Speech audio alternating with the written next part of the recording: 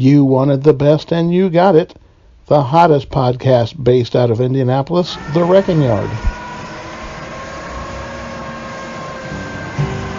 Down in the wrecking yard, I met my true love. Down in the wrecking yard, I met my true love, called a wreck Chevrolet, which I see every day.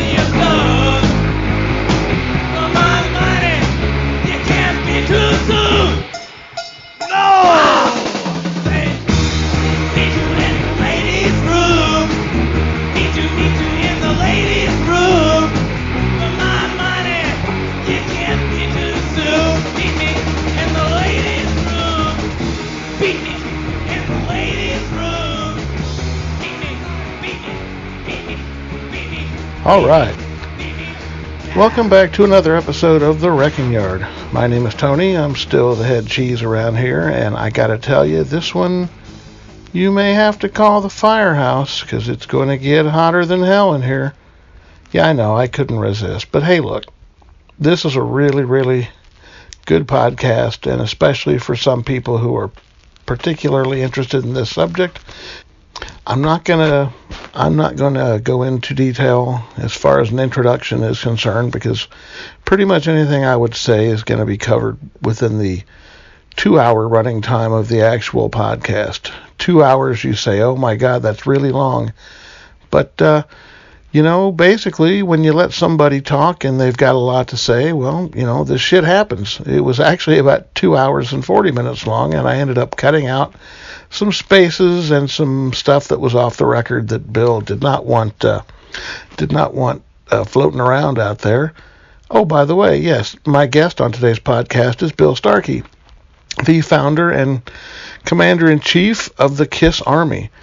I first met Bill back in 1977 with a story that someone told me about how he had started the KISS Army and KISS swooped in and took it away from him and treated him horribly and blah, blah, blah, blah, blah.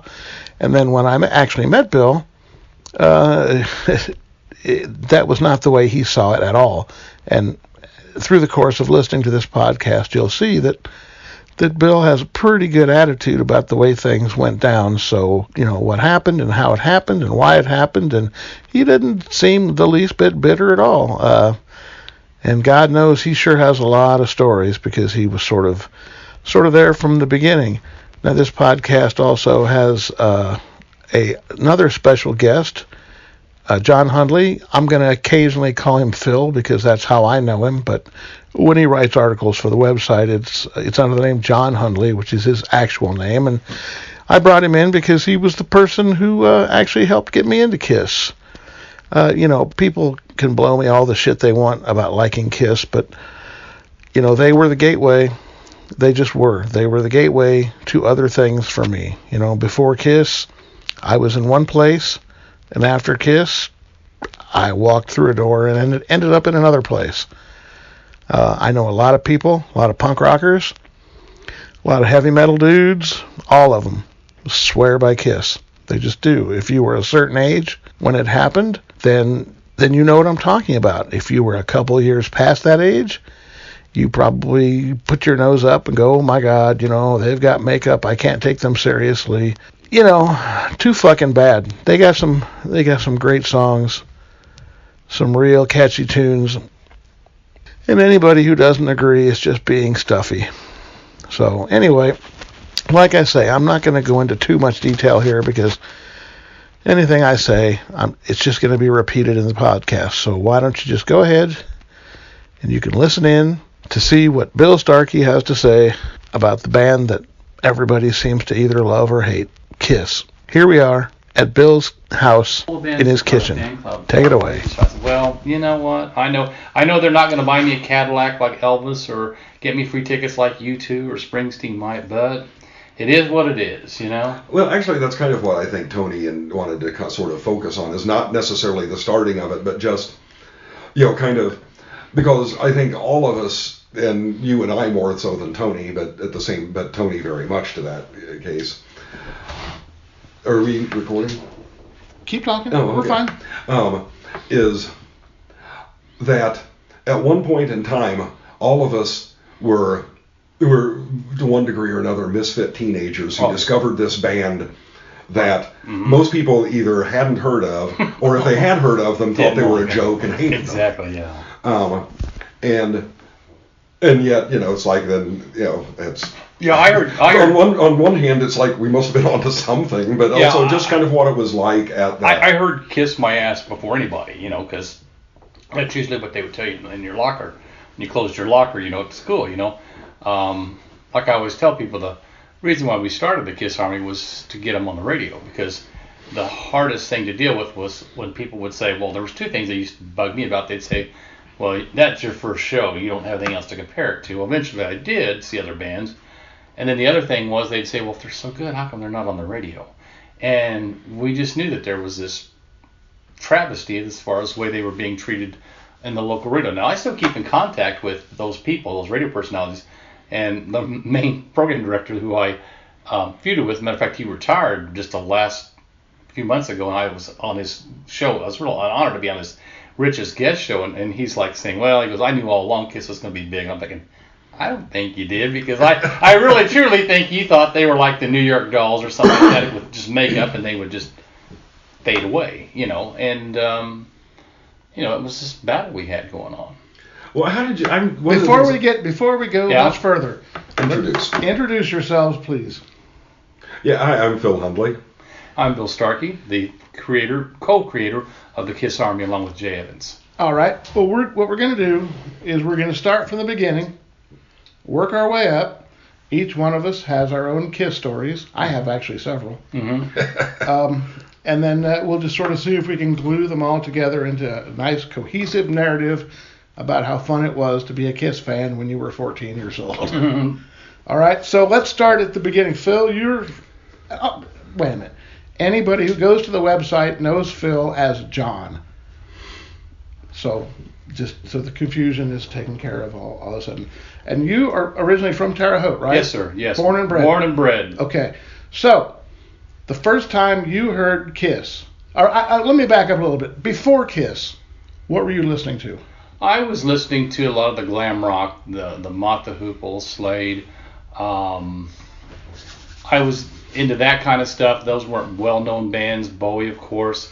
Alice Cooper was big, and I still liked the Beatles because at that time the Beatles they had broken up, but I had gone back to, the Beatles catalog. So, it was a very tasty. Of course, Black Sabbath too. But that's pretty much where my tastes were, and for me, KISS was like a combination of a lot of those bands. Okay, well, how did KISS enter into this? KISS entered on this as we were sitting at a table just like this, and I was eating my breakfast cereal, and I opened up the TV Guide news section of our newspaper, and there was a strange picture of Gene Simmons in there, and it said that tonight KISS would be appearing with Foghat, and I believe it was on Rock Concerts at the time. That was before Midnight Special or anything like that. It was on ABC. And the picture just stood out to me, but what caught my attention even more was I liked Foghat, of course, and I thought, well, maybe I'll just tune in to watch them. Well, didn't think about it, but then later that night, Friday night, when the show came on, I said, yeah, I'll turn it on to see Foghat, and I'd forgotten that KISS was going to be on. And when I saw them live performing, I was just blown away. I thought that they looked very professional. I had no idea they were as obscure as they were at the time. And my father, who was an expediter for Columbia Records, where most of the vinyl in the country was pressed at that time, would bring home occasional promos and stuff for me. And I asked for the first KISS album. At that time, there was only one, and he brought it home. Now, was this with or without Kiss in Time on it? This is with Kiss in Time, and I still have my poster. Now, it looks like a worn baby's blanket after all these years, but I still have the original insert that went with the... And to this day, it's still one of my favorite Kiss posters. Okay, now, Phil, how were you introduced to Kiss? For the first time I heard KISS was on an 8-track tape, in a portable 8-track tape player in a cabin at church camp. That sounds like the perfect way to have discovered the Lax, really. That's street cred I can't match. There were these two guys that were at the camp, and they were a couple of years older than I was, and they were from Kokomo. And they were like unspeakably cool because they were like old enough that, like one of them could grow a mustache and had a mullet. Now, were they at church camp for detention or what? I mean, they don't sound like the church camp crowd. No, actually, it's funny. I mean, they were was very. A sentence? They were very nice guys, and they were very, very good church-going boys. Okay. But from a musical standpoint, they introduced me to both KISS and Black Sabbath. At the same time. Well, actually, no, not at the same time, but and they put this on. And I remember that I had seen a commercial for, and I may be mistaken, but I think it was either for like Don Kirshner's Rock Concert or Midnight Special, like literally like the week before that KISS were going to be on, and I had no idea who they were. I just saw this commercial. There was like 4 or 5 seconds of footage of them, and I thought, who are these clowns? And then literally 3 days later, I'm listening to it, and it's Dressed to Kill. So I came into it a little bit later than you did. Yes, Dressed to Kill was brand new. Yes, you did. And I immediately loved it. It's still, for those who follow the website, will know, it's still by far and away my favorite KISS record. And is the one that I listen to the most. But it was, and I was just the right age. I was like 13, and these guys were heavily into it and so forth. And after this camp was over, we had become friends, and so I actually would go up to Kokomo and and spend a weekend and hang out with these guys. And I would listen to them more. And in fact, I'll show Bill this. I'll give these to you, Tony. So if you want to try and find a way to, there's at age 14, I'm Peter Criss. Wow. Bill's currently looking at a photograph of myself and the two guys from Kokomo. Not bad. Dressed in extremely comical, Not bad for the time. homemade KISS costumes and makeup. Well, now, I came into it even later, and it was because of Phil, but what happened was I was watching, I spent a lot of time in front of the TV by myself as a kid because, well, I spent a lot of time in front of the TV as a kid. And I remember one night, now they weren't both on the same show, but this is a night that I'll never forget because I was watching TV and I would always watch Midnight Special and then flip the channel because Don Kirshner was on right after on another channel. And I remember they showed about maybe 20 or 30 seconds of KISS because they were going to be like the guest the next week or something. And I'm looking at it. And I have no reference point to this whatsoever except maybe Alice Cooper. I was a big Alice Cooper fan, but this was not the same. And I'm looking at it, and I'm going, wow, this is really weird. I don't know if you could get any weirder than this. After the commercial break, they had Kraftwerk on. So I'm sitting there going, this is even weirder. What the hell is going on here? And it was kind of like one of those days where your head just gets opened up just to like a little bit to let whatever's out there in. And I remember thinking, well, they both start with a K, and they couldn't be more opposite. And I don't know if I like either one of them. But I just remember seeing them both in the same night and just realizing that there was like some really different ways you can go if you're a musician. Mm-hmm. Probably 6 months to a year later, maybe even 2 years later, I'm at junior high school with Phil here. We're walking down the hall, and he goes, I can't wait till tonight. I'm going to a concert. And I said, who are you going to see? He goes, I'm going to go see Uriah Heep and KISS. That's the show I wanted to go to. And I remember going, KISS? That's that weird band I saw on TV. The next day, he comes in, and he's talking about how great the show was, and KISS was great, and they blah, blah, blah, blah, blah. And fairly soon after that show, I believe, was when KISS Alive came out, the first one? Yeah, in September. Okay. Well, he brought the booklet to school. Mm-hmm. And we had the class in the morning together, and he goes, hey, look at this. I'm looking, and I'm like, it's color, it's got fire, there's all sorts of stuff going on, there's people jumping around. I'm like going, oh my God. I'm like, this book comes with the album? Like, if you buy the album, you get this booklet with it? Mm-hmm. And he's like, yeah, it's in there. So I went home that day. This is weird.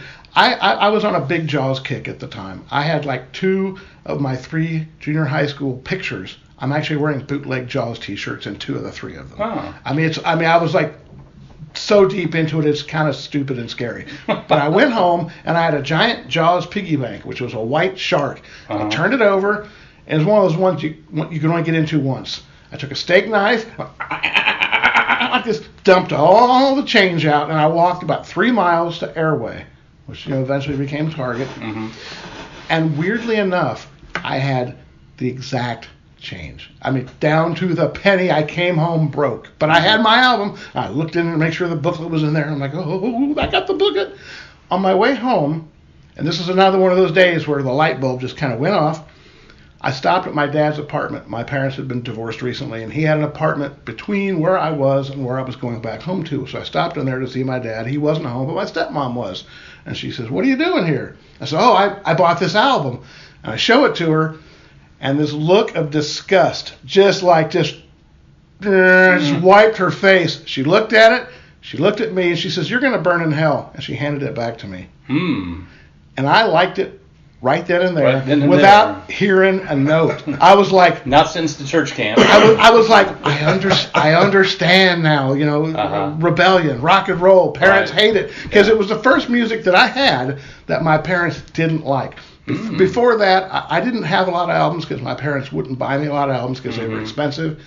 They buy me 45s, but albums were like a Christmas and birthday only thing. So I had Elton John albums, Paul McCartney albums, and comedy albums. I mean, I didn't have a lot of albums. So having this double album with a booklet in it, and I'm like, ooh, now my stepmom hates it. It must be great. And so I went home, of course, and played it, and and that was at the point where I became part of the club. The KISS Army. Well, not yet. Although I did. We'll get there. Okay, so like I came into it later than either one of you, but I came into it because of him. Now, so you've heard the first album, you're liking it, and then the second album comes out, which let's be honest, quite different, and it's really slow. Yeah. It's one of the slowest records I've ever heard. Like dinosaurs. It's almost like the engineer goes, well, let me turn down the speed a quarter on every one of these songs. I mean, I love like Strange Ways, but pick up the pace just a little bit, will you? But you're good with the second album, right? I was good for the second album, and the great revelation for me was it would be just 2 months later, December 8th of 74, when I would see both the first and the second album played live. And what you thought of the second album, once you saw the songs live, totally different. And that's why Kiss Alive was a success, because that was what you saw live. I mean, I liked the first two Kiss albums, but when I saw the live show and I went home and played the Kiss album, I liked them even more. So Kiss Alive was the icing on the cake, but it was hard for me to explain to my friends because I'd seen the band 3 times before Kiss Alive came out, and as a matter of fact, the funny thing, when Phil's show, it was in August, my show was in April, and that just shows you the bizarreness of Kiss, because they played the same market less than 6 months apart. Oh, they were touring constantly. And they played. They were here. They were in December at the convention center. I saw them. They were in April at the convention center as a headliner. They were in August when you saw them, and then they would play Terre Haute in November. So in that little area, this is all in one little year. So. Well, they toured with everybody, like Blue Oyster Cult, Humble Pie, Aerosmith. When he and I saw them, they became headliners. That's what's the difference, Apparently, they toured with Rush a bunch. There's that. They did this. The third show I saw was with Rush, and that was a hell of a show. And again, usually we saw our shows at the convention center, which is a cool place to see a concert because the ceiling's like this, I mean, you've got Bunsen burners and everything, and you're like going, this is really great, And I mean, I still think that there was a noise volume situation where they didn't care how loud it was. It was festival seating, first come, first serve. $5, any vagabond could get into the show. I mean, it was like a life and death thing, kind of. Okay, so now I recently read the 2 Kiss books. I don't remember what they were called. I've got Nothing to Lose is the first one. The one I got you, and then there was like the semi sort of sequel to it. That's how I found out about Life in the Woods. Yeah. So at what point were you sitting around thinking, geez, there's got to be a way to get them on the radio. How can I do it? Actually, that's where I have to give Jay some credit, because Jay called the request line a lot, which is what you had back in the 70s. You called the request line. And it wasn't uncommon to call the request line and ask for something obscure, and maybe after 11 p.m. they'd play it. And I think I give Jay credit for being like the first one to say, hey, let's just call and see if they'll play Kiss. And they never would. And then eventually we started doing it, and then that's when we started getting negative responses from... Well, actually the disc jockeys were pretty nice to us, but they said it was the program director who did the 5 p.m. slot who didn't like the band and called them another New York fag band. And then I think eventually he told Jay one night over the phone that he said they were just a mediocre Bachman Turner overdrive. So then we just decided to take it on ourselves that we had a mission to do, So and we really didn't think anything would come of it. I mean, it was just 2 Wayne's World kind of guys in my basement, say, oh, let's just call the radio station and screw with them tonight or something. We're the KISS Army, and probably we could have gotten in trouble nowadays probably for it, but at least the disc jockeys were good to us, and they said, well, we understand what you guys like, but you have to pass Rich, because Well, I'm not sure disc jockeys exist anymore, and if they do, they're just there to play the same 12 to 14 songs over and over again. Well, no, that wasn't like that in 1974, 75. WBTS was really good, and they had some really cool radio personalities, and it was really fun to listen to the radio back then. I mean, I miss that kind of stuff. It's classic. It's called classic rock for a reason. It was classic times. Forgive me. I just can't get over it. I have this constant image running through my head of C.F. Turner and Spandex. I know. Yes, that's kind of what I was thinking of too.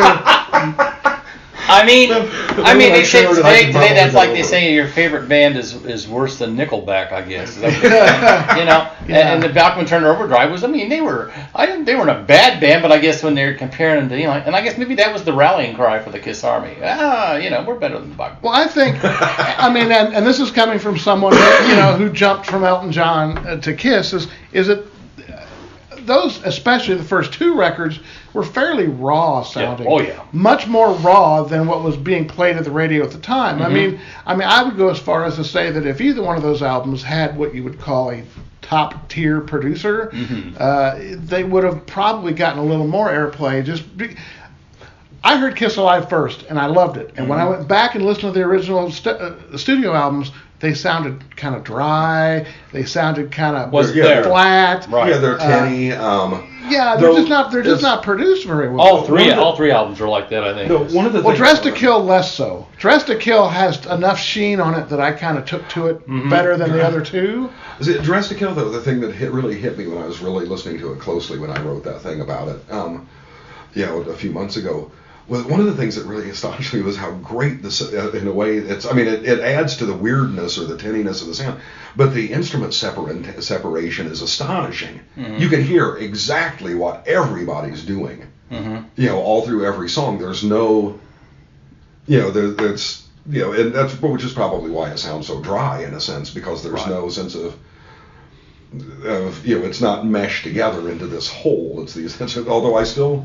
Like I said, it's still, for my money, it's their best album. And the funny thing is, it's a very short album. It's like 34 minutes or something. Yeah, maybe even shorter than that. Yeah. It's what hit when I was listening to it again recently. It's what I was thinking of is it reminded me of the Weezer's Green album. This was like their short, their short poppy, if you want to call it poppy. Mm-hmm. It's like this is like an album filled with singles. A statement of intent. Yeah, if you will. Yeah. But I still think that it's a great album. I still think it holds together incredibly well. And I think with all of the first three albums, it's like when I see stuff online or when I see things like in the KISS Facebook feed or your feed and so forth, one of the things that hits me is that what people still, it's like,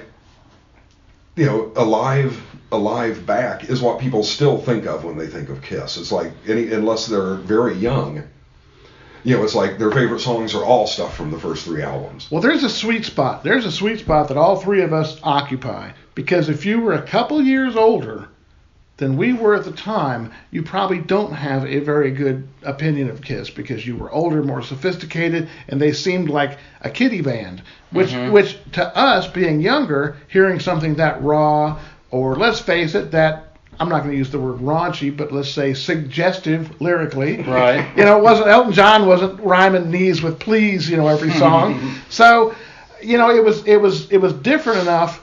And there are a lot of people, Paul Mayern is one of them, that KISS was sort of the doorway to punk or to other things, because people who don't hit that sweet spot don't understand that. They just go, KISS is stupid, blah blah blah. Yeah, it's a marketing thing or something. Yeah, but if you were of a certain age when you heard it, it was so different that it couldn't help but sort of knock you for a loop a little bit. And you're thinking like, and I remember, after it hit, there were like these other bands that A Coin tried to push on us, and I remember that first Stars record. I remember listening to it going, I like this, but it's raw. I listen to it now, it doesn't sound raw at all, but at the time it sounded like very stripped down and raw, and then that didn't really hit so well, so they tried going the way opposite direction with Angel, which, both of us can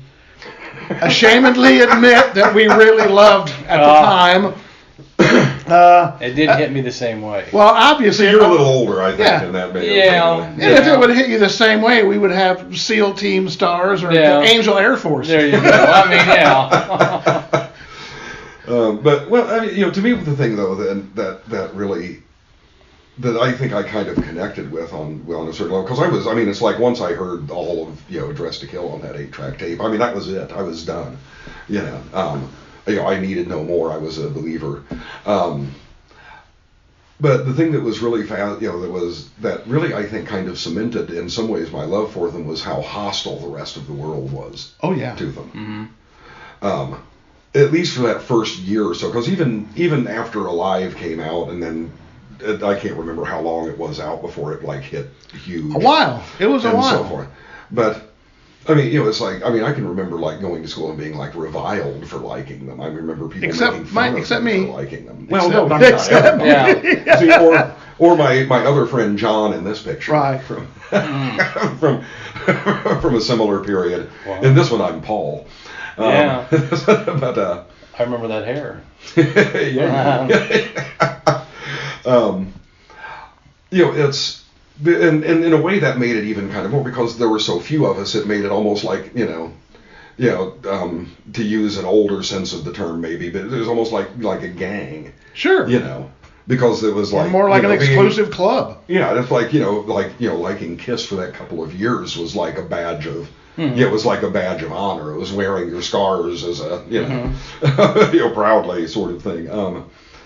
And I think that's one of the reasons why I kind of at the time bonded so much with the idea of the band or whatever, and is because they were clearly outsiders, and had embraced being something unlike kind of anything else, and there was something that was very despite the absolute goofiness of the lyrics and the incredibly cartoon misogyny and all of that, there was something there that felt very relatable about them. Okay, well, let's go back again. So you're calling radio stations, you're trying to get them to play the songs. At what point did the two of you look at each other and go, we should start a fan club, maybe that would help? There was never any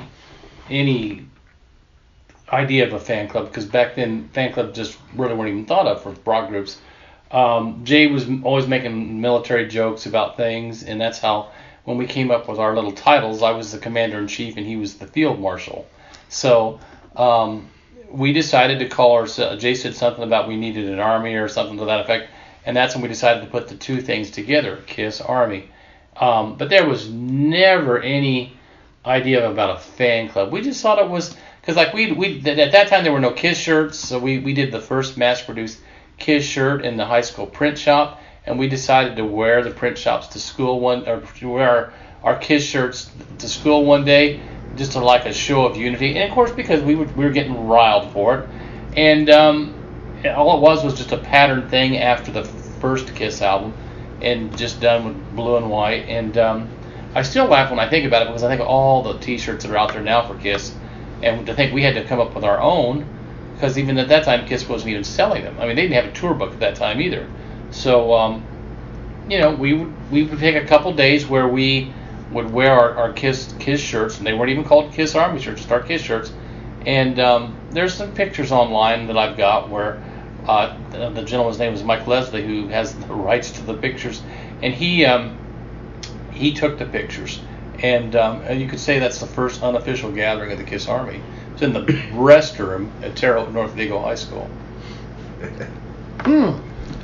Okay, so Before you go further, Bill, I'm sorry, and you can cut this, when you edit and so forth. I forgot to ask you earlier. Do you mind if I take a couple of pictures while we're? Oh no, absolutely not. No, Okay. Also, real quick, how long does the fridge make that noise? I don't know. That's a good question because it's a very old fridge. Is that really annoying? I mean, is that not now? But I'll bet it comes through all three of these mics.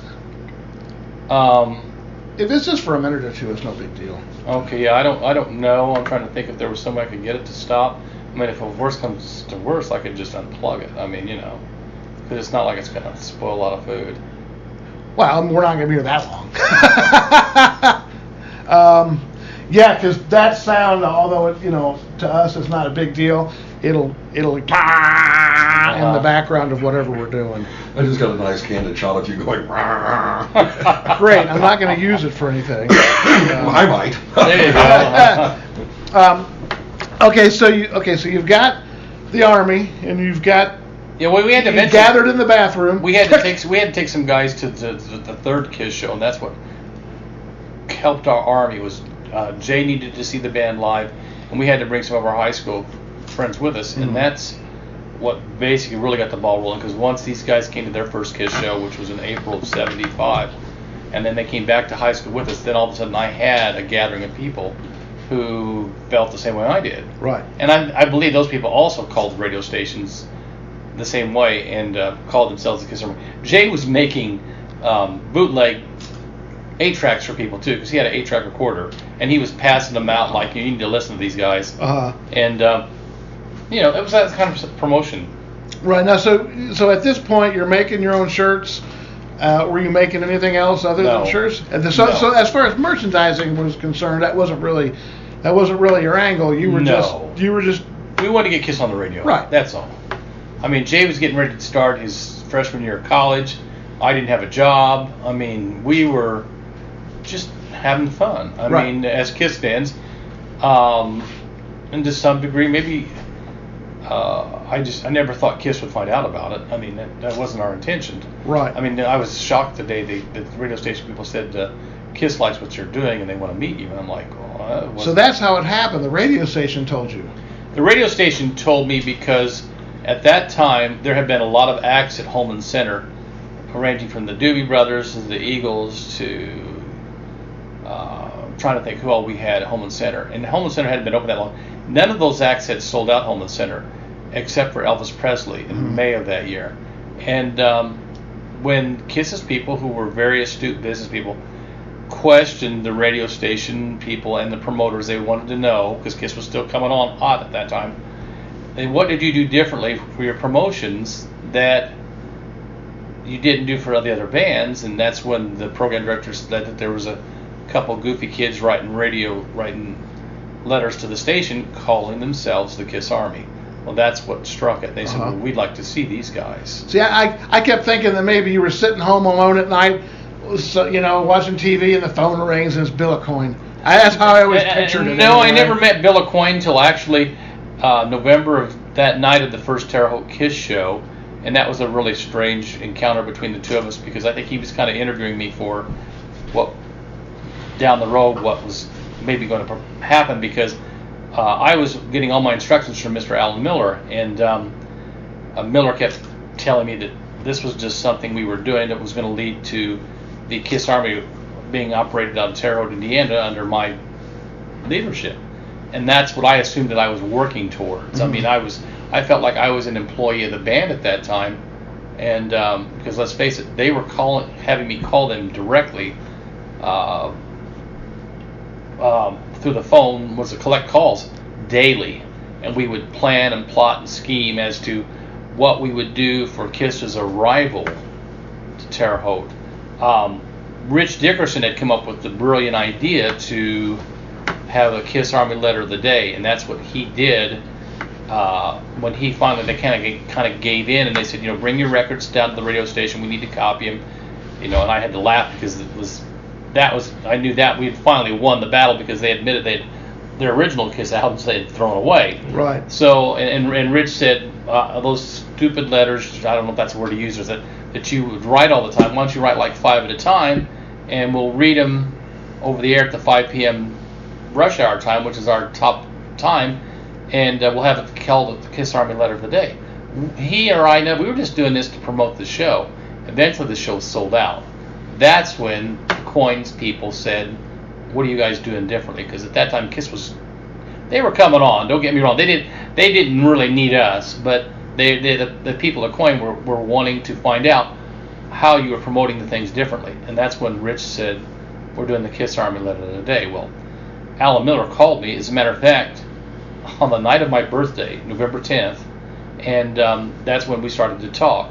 And he sent me a KISS promotion kit the next day, and at that time I became a sickly fan. I probably would have killed for KISS, and which is probably a good thing that none of this came about, because who knows what would have happened to me. But I was a very, very gun-ho KISS fan, right? And Alan Miller was a very good promotional guy. I think at that one time he worked for Shep Gordon and Alice Cooper, because he and I talked other times about his experiences in the music business. And if Alan Miller told you to get a gun and go over that hill, you were going to go do it. You weren't even going to think twice about it. And that's the way I tried to do the KISS promotional stuff. Unfortunately, a lot of the stuff we wanted to do, patterned after Cadillac, Michigan, which I was unaware of the Cadillac thing at the time, didn't work for us. We were trying to get, the mayor to paint up, a band to paint up, to meet the band at the airport, and it just didn't work out. And Miller was using me as the go-to guy. Can you call these people, see if you can do this, and there was a checklist. Now, that wasn't a problem for me because I didn't have a job. It was no big for me. And now, of course, if I borrow my mom's car and stuff like that, silly stuff like that, but I enjoyed it. I was doing something, I was in the music business, Oh, sure. And it was kind of hard for Jay to get involved at that time because he was starting his freshman year at ISU, and I think he was somewhat indecisive about stuff. Because I think he remember telling me one time that I had to take his name off the KISS Army letters because he was getting razzed by some of the guys on college campus, and he was like, "Can you take my name off those letters because I'm starting to get teased or something?" I said, "Well, does that really bother you now?" But I did it anyway, because that's what he wanted. But I think he was kind of thinking, this is, I don't know. That's a pretty good mic tone you got if it's picking up this thing. Oh, you'd be surprised when it picks up. Probably, compared to some of these crazy podcasts I've done. Podcasts, I say podcast. Oh, man. All right. If you use that term podcast, it's liable that somebody will take Well, it's actually Ken Mills, a good buddy of mine. He's the one that runs PodKiss. Okay. There really is one. There really is. Oh. All right, I need to get back here. I was going to say we're into the door frame now, so. Yes, that sounds much better. Well, okay. And we can probably let that go for a while because there's nothing in there that's really going to get... Oh, that's good. As long as we've got it tight. Yeah, it'll stay cold for several hours. Yeah. All right, so... Cool, you don't want anything, buddy? I mean... No, I'm still fine. I've still got a little Okay, bit. so how old are you? Are you like about 15, 16, 17? 18. Okay, so I'm in my senior year of high school. So you're 18 years old, and you actually have contact with the band that you basically worship. On the day of my 18th birthday, November 10th. Now, you had to have been over the moon that you were like having these phone conversations, but you weren't actually in contact with the band yet. No. Were you just their manager? No, and Miller would say funny things about Gene and Paul say hi and stuff like that, but I had no idea what to expect. And, I didn't know that I was going to meet them. I thought that I was just basically working for the management, and, it was a huge ego thing, but at the same time, I was grounded. I honestly thought KISS would be the biggest thing going. I really thought that they had something going there that the sky's the limit. Right. Well, for a while they were. Oh yeah. Later, several years later, they really did. But this was 1975, and they were still yet to be on a major television show or anything like that. So, but I thought that they were easily better than the bands I'd seen, the Aerosmiths, the Lynyrd Skynyrd's, the bands that were getting all the airplay and all the talk in the high school hallways and all that. And I just thought that, I was lucky enough to be able to see something I thought that was really going to be a big thing. Okay, so the first time you met the band, how did that come about? was the time that they arrived at the radio. They arrived at the airport, and we all drove down to the radio station. So KISS was going to play DJs, because that was another funny promotion that I believe Rich probably came up with, where KISS was playing DJs at the radio station that 6 months ago wouldn't even play them. And the band came down to the radio station, and I got to talk to them just briefly. But it really, truly, as far as one-on-one conversations, didn't happen until after the concert that night in a pizza place on 3rd Street in Terre Haute. And Gene was the first guy that came up to me, and he was just really cool. And then Paul came up to me, and I was just so shocked how normal they were, because But they were wearing their makeup, right? They were not wearing their makeup. Oh, they were not. So when you met them, they were without makeup. When I saw them at the radio station, of course they had their makeup on. They were all dressed up because they came off the jet with the makeup on. But as far as any one-on-one conversation, we did talk some before they went on stage at the Terre Haute show, because they had called me back after Rush was done, and I wasn't sure what they were going to do, and I got to see them in all their glory, the platforms and everything, right before they went on, and any fan would just be blown away. I mean, it was just an incredible experience, and I don't know, it was just bizarre. And we just talked briefly, and I was real nervous, and I remember the mirror balls going on. I could see the mirror balls because we were down, where the stage is, and you're looking up the ladder or the stairs, and I'm looking up, and I see the mirror balls go on at that time, and that's the way they started their shows. And then, of course, you hear the people yelling, "Kiss, Kiss, Kiss," and I'm saying stuff like, "Well, shouldn't you guys go out there? Shouldn't you guys go out there?" And they're just sitting there laughing, thinking, "Yeah, let's see how much longer this can go on and all this." And I'm like, that's how nervous I was. Well, eventually they went up those stairs. That was the coolest thing for me to experience ever in rock and roll. And after most of the pyro was gone, Bill Aucoin took me up to the stage, and I sat on an amble case with him to the right of the stage and watched the last 2 or 3 songs, and that's when they called my name and gave me a plaque, and gave Rich Dickerson a plaque, and Dickerson also accepted a plaque for Holman Center in Terre Haute, which to this day is missing. And so eventually my one-on-one conversations would come with the band later that night at a pizza place. Well, the other funny thing was that was also the day that J.R. Smalling told me at the radio station, he gave me the card as to where the party was going to be, and he told me I could bring 4 friends, but he insisted that I bring women. And I'm like, I couldn't get a date for the prom. He insisted. He says, you get us round up as many as we can. He goes, and I said I couldn't do it. And he says, I don't care if you have to go down the street. And I bombed. Maybe that's why I didn't get to run the KISS Army or something. So I mean, like I said, I couldn't get a date for any of that proms, and he's wanting me to bring women in for KISS. And then eventually, one of the disc jockeys did bring, believe it or not, girls from St. Mary's College, which is across the river. It's a good Catholic college. And they huddled over to one side of the pizza room while Peter and Ace played pool. Geddy Lee and Alec Lyson were at the bar, and Gene and Paul sat at my table. And the more I think about this, is like rock and roll heaven. I mean, look, it was just, the more I think about that, nobody bothered Alex or Geddy at all. And watching Peter and Ace play pool was funny. And here's Gene and Paul, and you could ask them any question you wanted. And I'll never forget, you wait your whole life to meet KISS, what's the first question you ask him? Hey, Gene, what's the second line in Deuce? And I'm thinking, I've waited all this time, that's the only thing I can come up with, Get up and get your grandma out of here.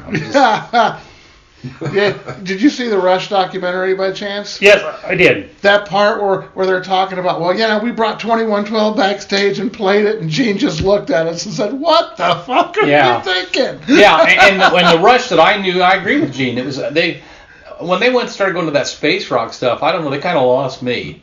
But back when they had the first 3 Rush albums, it was a great show. I mean, you get Rush and KISS in the same concert. I mean, come on. Do you know, completely a Rush aside, every once in a while in my head, of all things, how you get songs that pop into your head? Sure. a song that routinely pops into my head every few weeks, every few months, is Lakeside Park off of Caress Steel. Yeah. Perhaps their worst song on their worst album. Yeah, well, those first 3 records, as far as I'm concerned anyway, were good Led Zeppelin records to listen to. They were. In between Led Zeppelin actually putting out records. And that's what Geddy sounded like to us, yeah. It was like... I liked 2112 when it came out, but I kind of liked space rock at the time. Yeah. And also it just sounded so weird and Mention the Styx spacey. poster, Tony. We're not going to talk about Styx. That basement was something else. Yeah, but what got me, and it still bugs me to this day, is I rarely flip that record over.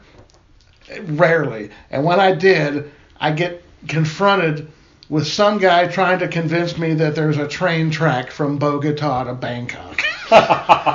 Okay? Did they not have maps in Canada at the time? Did they not know there was an ocean between the two?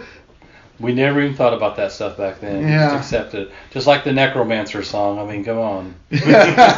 Necromancer, Okay, so the pizza place is done. KISS goes on their merry way, and basically the KISS Army is still your deal at this point, right? As far as I could tell, yeah. Alan Miller said something about getting a post office box and start expecting to get a lot of mail. And then I think one other weekend they had me and Jay go to the radio station and recruit as many people as we could. The radio station was giving us this time to people to call in, and we could take names and addresses. And eventually I would mail those to Miller, and those would be like the beginnings of the KISS Army mailing list. Excuse me. So I didn't hear from Miller, which was funny because that kind of annoyed my mom, because I went from getting daily collect calls to nothing after the show. And then eventually Miller did call after December, and he said something about plane flights, and wanted to know if I wanted to come to New York and come to see KISS perform on New Year's. And I had, unbeknownst to me, my brother told me that my mom cried the day I left on the plane because she thought I was gone for good. Thought that was it. I'm going to be with KISS. How crazy that sounds to this day. And of course I freaked out because it was my first plane flight, and I'd never flown a plane before, so I wasn't used to all the turbulence and stuff like that, or the narrowness, or the claustrophobic feeling of flying on a plane. I was flipping out. I wasn't a very good. And you could smoke on a plane back then, so it was probably pretty. Well, I should have been drinking too. As far as the way that flight went. And fortunately, the flight back was a lot normal for me anyway. But like I said, my first plane flight, my first limo ride were the hillbilly Terre Haute kid getting them from KISS. So, and I arrived in New York, and I was also. I immediately palled around with Jim Neff, the Cadillac coach, because he was being rewarded as well. So that was our little reward, was 3 days in New York with getting to see New York at Christmas time, which was gorgeous, and a KISS show.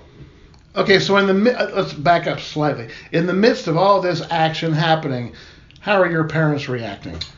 Well, unfortunately, my dad had an accident like that following spring, and he was almost in a vegetative state. He was, he had hit his head very hard, and he was just not the same person. He had lost his job. He was on disability. My mom had to go to work at McDonald's because Dad's income wasn't what it once was. So you knew I had to stay home to basically help, my family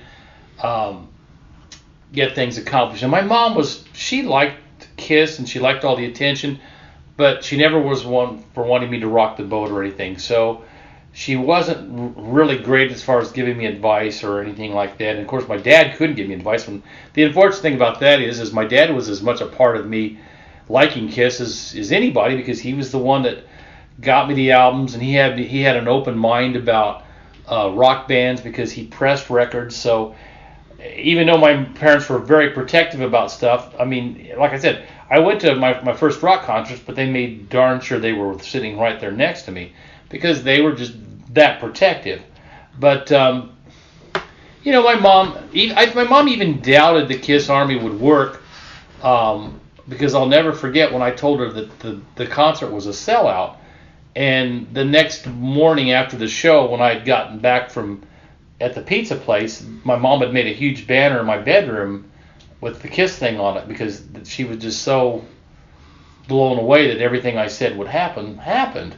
I was never any doubt as far as I was concerned. So, I mean, that's just the way my mom. Oddly enough, the weird thing about my mom is she was a big Gene fan. Now I don't know why, because originally before I met the band, I was a big Ace fan. I liked Ace. Paul was too flashy, Gene was too weird, and Peter was okay. But he was in the back. You could just ignore him. But Ace was the guy I identified with, and to this day, the odd thing about it, I've never met Ace to this day. 2017.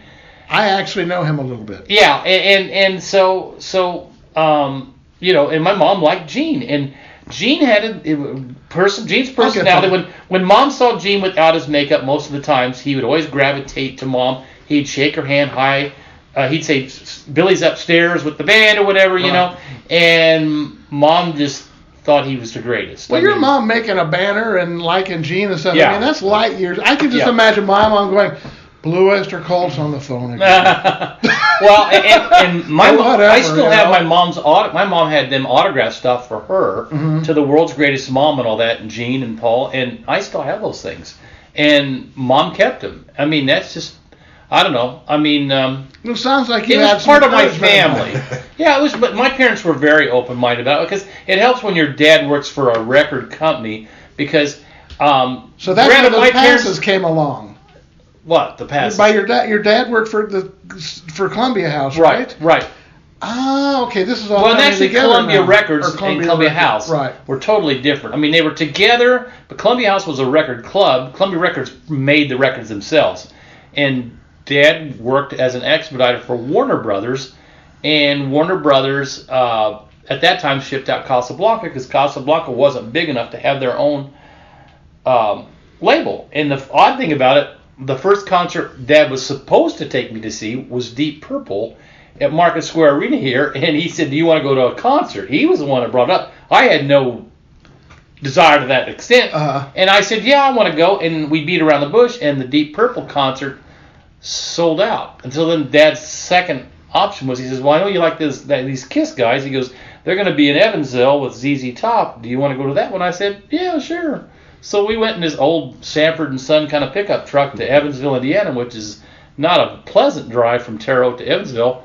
And Dad liked him. Dad liked KISS. I mean, he never liked heavy metal, but he loved the rah-rah kind of, let's get together and clap your hands, and, and he loved that kind of stuff. And so then he comes back to our house the next day. He goes, "Jane, you got to see these KISS guys. They get out there, they do this, and they're the fire and the sirens and all this." And he basically dared her to come to see the band with us 3 weeks later in here in Indianapolis, the convention center, on a dare. As my parents were daring each other, and of course, Mom was a little bit different about it because the second KISS concert took like 5 hours to get to see the band because KISS played last after everybody else played.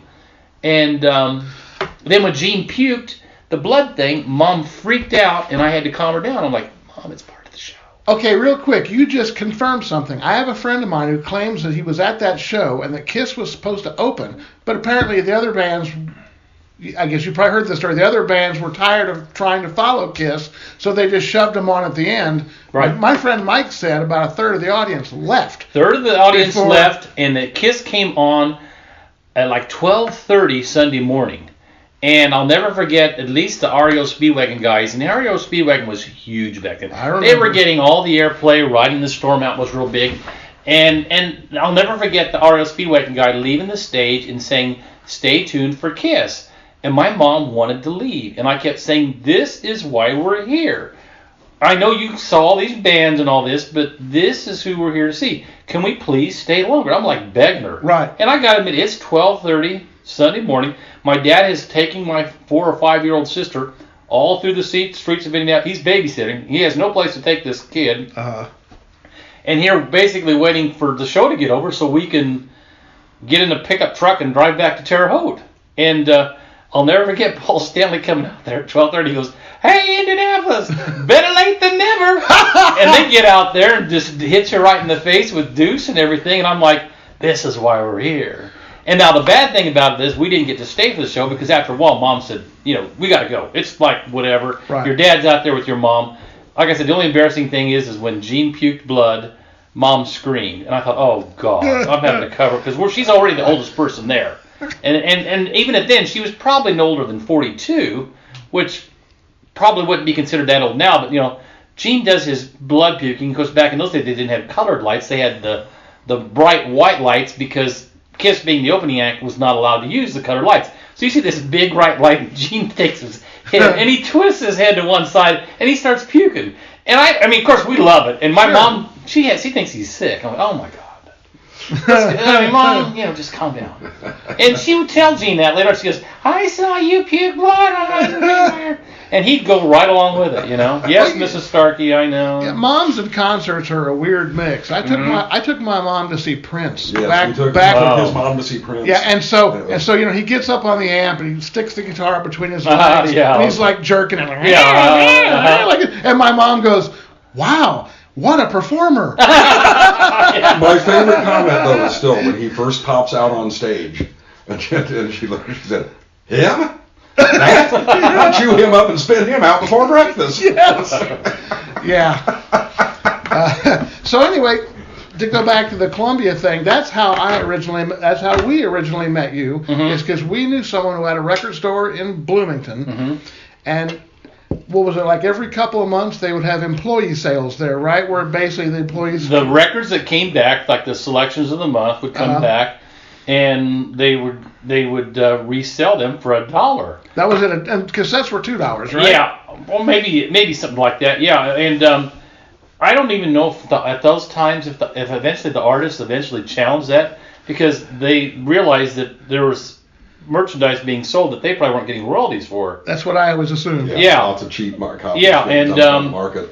But so those were the wild days where you would you'd have your KISS albums, you'd have to rebuy them and rebuy them and rebuy them because you'd wear them out. Yeah. And, or you'd take them to a party and somebody would drop it. Oh yeah, or eventually if you left them in the backseat of the car, they'd get warped and they wouldn't play real well. So the original story about James Brown's Live at the Apollo, because there was a time period where if you found a copy of that in good shape, it was worth a lot of money, and it was because that record was always being taken to parties, and there were hardly any in good shape that were left after a certain point. So yeah, there's a certain records that you're just not going to find a good copy of. Yeah.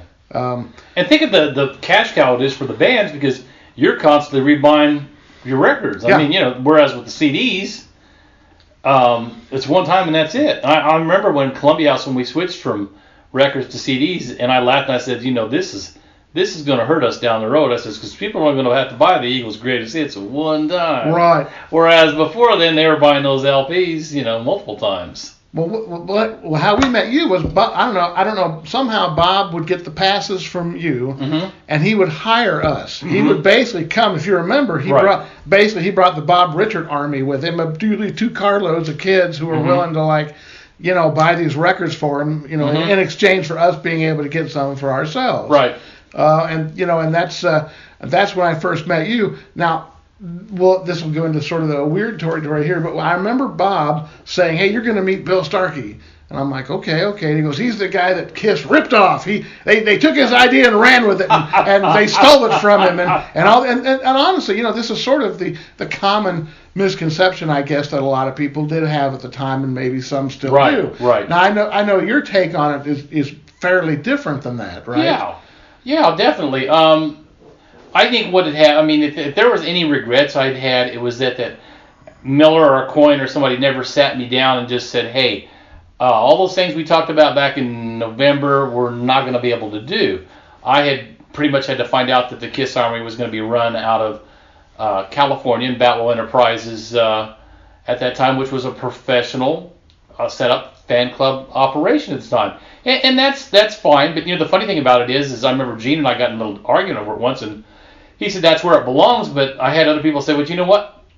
Columbia House is one of the largest merchandising mail order outfits in the country, and they're doing it centrally located and saving people a lot less money rather than shipping stuff across the country like coming from California. So, I don't know. Like I said,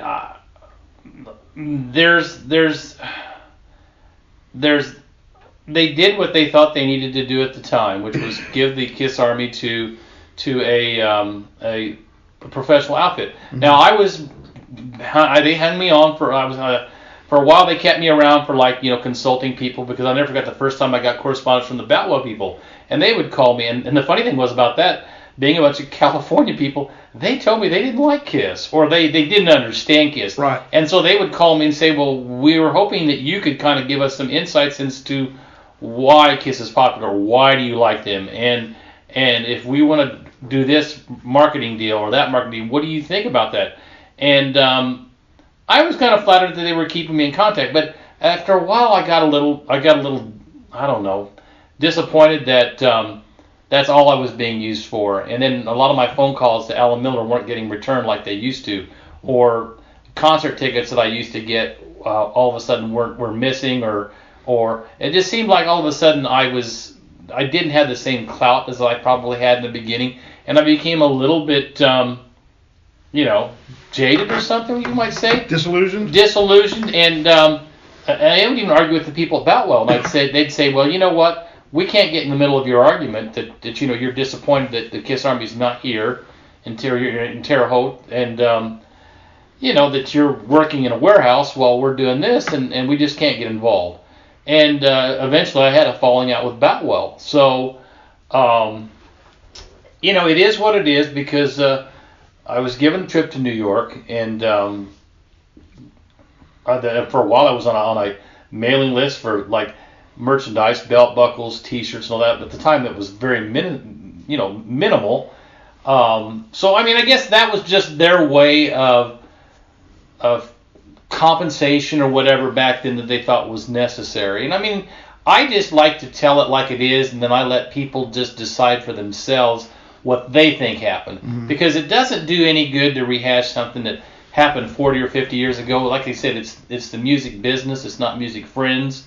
So, and that's just business, I guess. Well, the thing is, I can fairly cleanly see both sides of it, because they were at the very beginning of their money making potential as far as merchandising was concerned, and it would have been probably unwise of them to put it in the hands of someone who didn't really have experience doing exactly. that. They could have trained me. It might have bombed. Who knows? Yeah, for them to pick a company that already knew the basics of what they needed to do, I understand that completely. Right. But on the other hand, you can think, well, maybe they could have handled the situation a little more diplomatically, or maybe they could have thrown you a bone and said, hey, thanks for getting this started. Here's a check. Right. Or whatever, Right. Yeah. Everybody's got two sides to it. I've had other KISS fans tell me that they would be thrilled just to have my experiences, and they would have left it at that.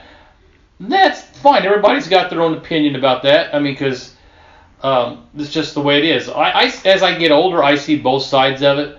But trust me, working for them, I'm sure would have been just as demanding and challenging as anything you could ever imagine. And but like I said, the funny thing about it was back in those days, I would have killed for those guys. I was real gung-ho. I just regret the fact that nobody kind of sat me down and said, this is what's happening right now. Because I don't think they understood the importance of the KISS Army till much farther down the road. Right. It was new to them, too. It was new to them, too. And because, like I said, the people at Boutwell would say, we're also doing the Elton John fan club, and we're doing the Queen fan club. And they do theirs this way, and this is how we're going to do yours. But I had to laugh because, like I said, there were no quote-unquote quote KISS fans working for Boutwell at the time. And they told me that. And I don't think they really started to understand the band until they were invited to the taping for the Magic Mountain show at for KISS Meets the Phantom. And one or two of the employees went and said they really had a good time, and called me back later on and told me, so, well, we finally see now what you see in these guys. We saw the Magic Mountain, we loved it. And I said, well, good. But see, these people California and New York, I've always said, never accepted KISS like the Midwest did. Well, I wonder which ace they meant. Yeah, there you go. I don't know. There was 3 or 4 different aces in that movie? Yeah, but it was the concert that they had there that the Boutwell people enjoyed and couldn't wait to tell me how things went. But you know what, too? I was getting a lot of time with the band that I had in 76 that I wouldn't get as much in 77, and I could start to see some of that too. And who knows, maybe there was some friction within the band too. Undoubtedly.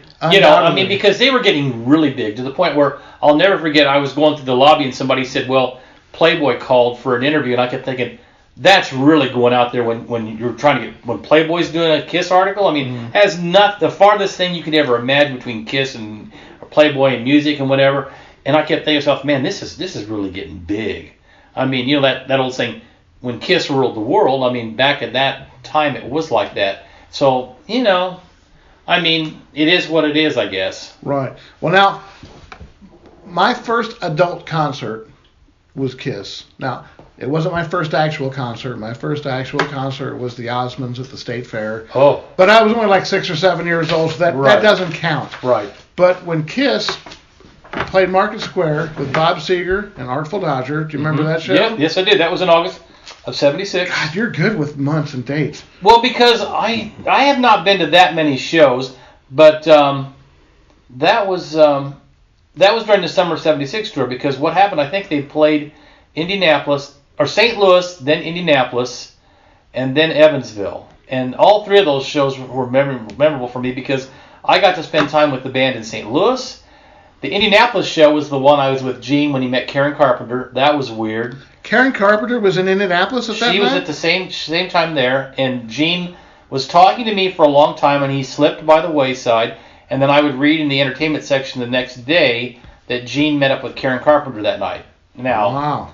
And then 2 weeks later, Gene was so kind to do an interview with us because we had feuding disc jockeys in Terre Haute, and one of the disc jockeys was saying that KISS had basically abandoned Terre Haute and they were too big to come back. That's why KISS was not on Terre Haute wasn't on the 76 tour. And I fell flat for it. And I said, I mean, rather than ignoring it, and I kept bugging the people to coin. And I said, there's rumors going around in Terre Haute that KISS is too big, and that's why we're not on the tour for 76. And they set up an interview. Gene was one that set up an interview after the Evansville concert to explain to everybody on an interview that this is how the itineraries work, and the KISS isn't too big, and this is the way things go. It was also the same night that he showed me his suitcase of brazen huskies, I guess you would say. Oh, the Polaroids. Yeah, and this was just such an amazing day because Evansville's Robert Stadium was the show, and they had no air conditioning. And you can imagine they get up there and played, and this was in the beginning of August, and again with Seger. And Seger was a really tough opening act. I mean, he was a tough act to follow. And KISS was playing Destroyer, and I think they were still kind of feeling out Destroyer. I mean, I don't think they really knew what to play live. I'm almost sure they didn't play Beth at all.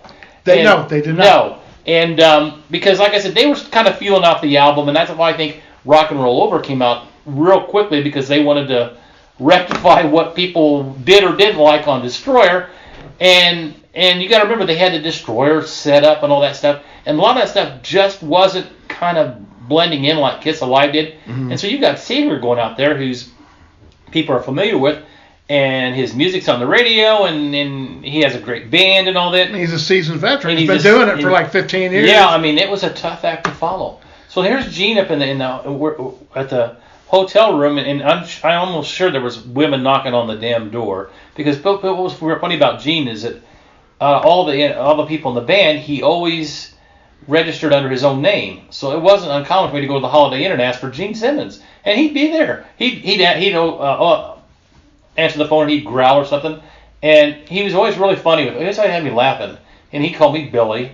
And I think one time I called him, and he was actually on the toilet, and he was trying to describe me what he was doing. I said, "Okay, I know, I won't call, but I just wanted to let you know I'm here." And he'll say, "Well, no, you can see me after the show or whatever, And I said, "Well, here's this guy here, and they're going to do this interview, and it's about the itinerary and why was Terre Haute not on the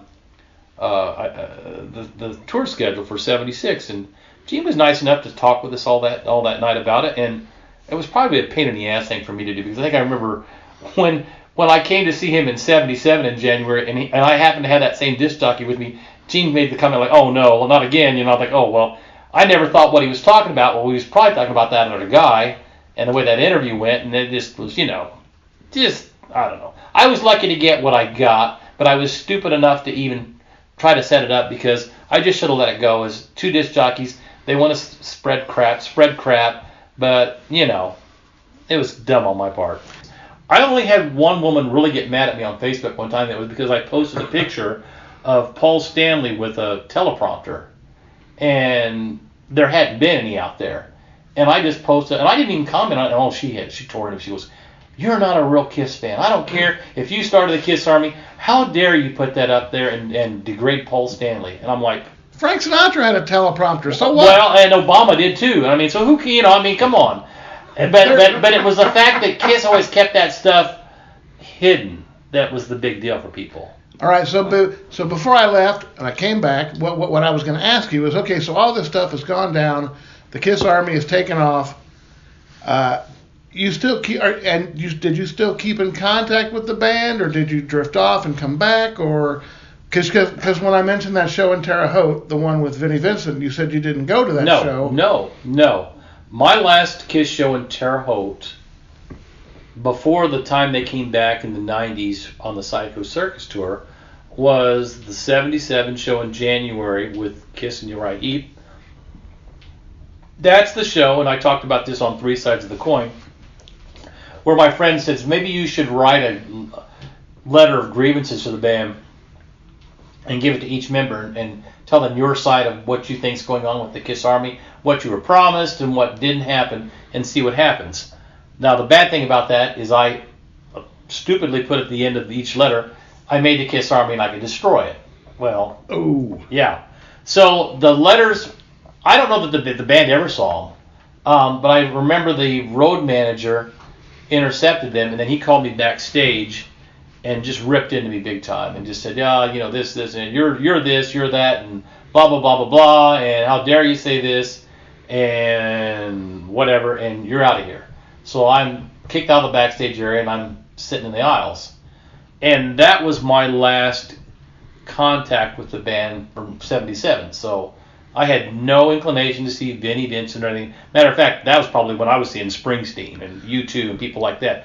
It is a totally different time back then. Right. I had a tough time with KISS taking the makeup off, let alone people changing musicians. Well, I was going to get to that too, because I remember when they did take their makeup off, it was anticlimactic because for us, it was just two of them, and then these two new guys that you could probably find pictures of them without their makeup, in a magazine or something. Right. It seemed like kind of a stunt that was like a half stunt. Right. But I remember the reason I have a good memory of that Terre Haute show is because it was right around Creatures of the Night, which we all thought was a fairly decent record. Right. And I still think it's a fairly decent record. Mm-hmm.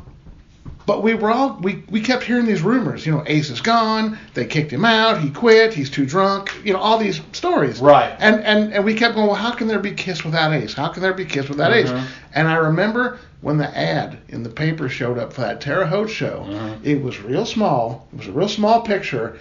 And Vinnie Vincent was off to the side, and like about a third of his face was cut off. So you could just barely see, that onks or whatever the thing was on his face or whatever. Symbol. Yeah, and I remember a friend of mine just got furious. He's, I knew it wasn't Ace. And that was how we first found out about it, because they were very secretive about it. They didn't tell anybody that Ace wasn't going to be on tour with them for that tour. I mean, it was basically you didn't know until you showed up, unless you were paying attention. Right. But what I remember out of that show is, and I don't know why, but I saw you before the show.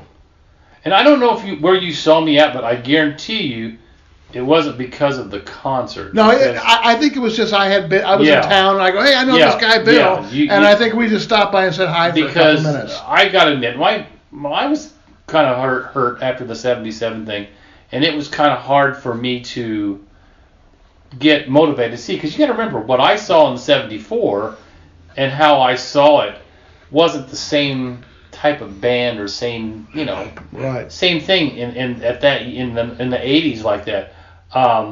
But at the same time, I wasn't upset enough to go just trash all my KISS crap. I know people have done that before, but it was never that big a deal because it's always going to be a part of me.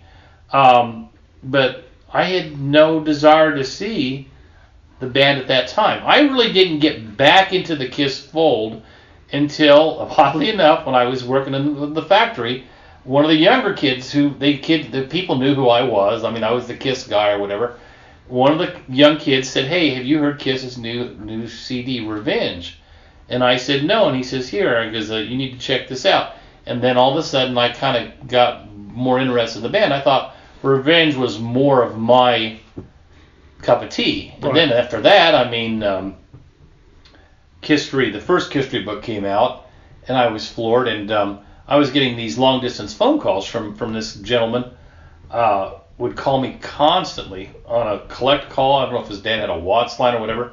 And all he wanted to do was talk about KISS. And this is from Oklahoma. Well, the guy was Kurt Gooch, who came out with the book KISS Alive Forever. And most KISS fans know him as a collector and maybe a KISS expert to some degree. Well, Kurt and I would talk for hours about KISS stuff. And he would tell me what he knew. I didn't realize at the time what he was doing is he was picking my brain for his book, because eventually I was so surprised when the book came out and there's quotes by me, there's dates by me. So when he was asking me about KISS doing this or who opened for KISS on this show and all this stuff that you went to, it wasn't for that, it was for the book. That's what he was doing. And eventually he said, you need to go to one of these KISS expos because they're using you as part of KISS trivia. And I said, what's that? And they said, they get all these people in this room. And he said, he said, first off, it's I think $100 a person. He said, you go see KISS play and you get to spend like 8 hours with them. And when they play KISS trivia, you're one of the questions. And I said, well, how does that go? And he says, well, this guy that runs the show, his name's Tommy Thayer, he reads questions. And one of the questions is, who started the KISS Army? And he says, I think it would be funny if you went to the thing and they asked who started the KISS Army and you raised your hand and said I did, and see what happens. That would be funny. Well, I went and took his dare and decided to go to the thing, and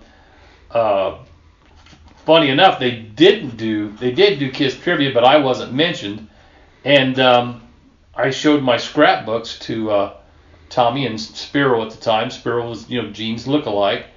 And they went crazy over my scrapbook, and Tommy says, you need to come back and see the guys at 6 o'clock. I had no inclination to do that because I really didn't know how I'd be received. And I said, sure, I'll come back, but I'll call my brother because I want him to experience this with me.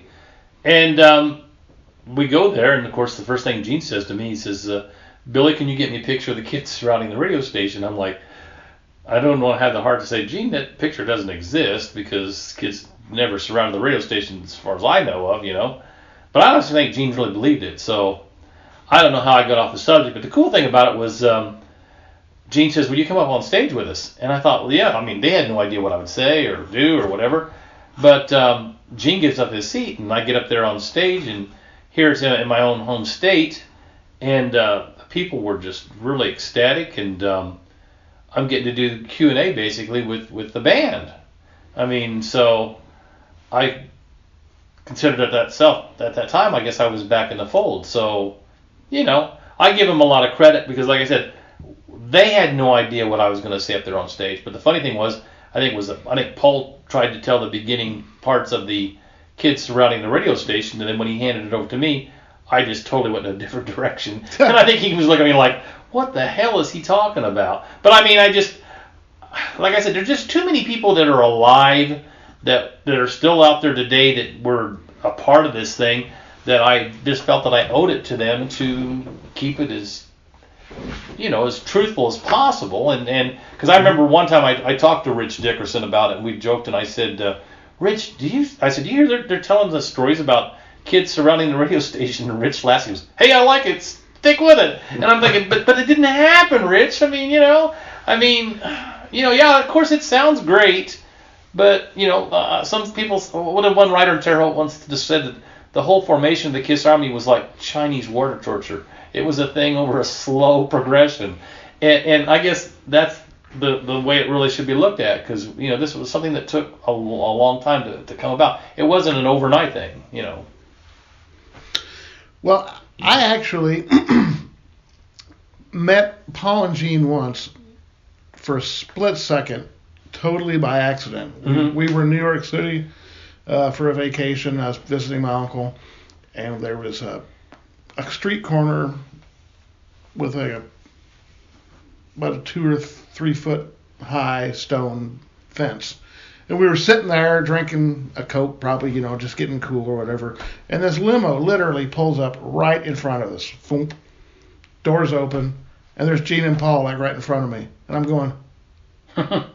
So I stood up, I went over, and I thanked them for, I'm trying to remember my exact words. I think it was, "Thank you for helping shape my early moral judgment."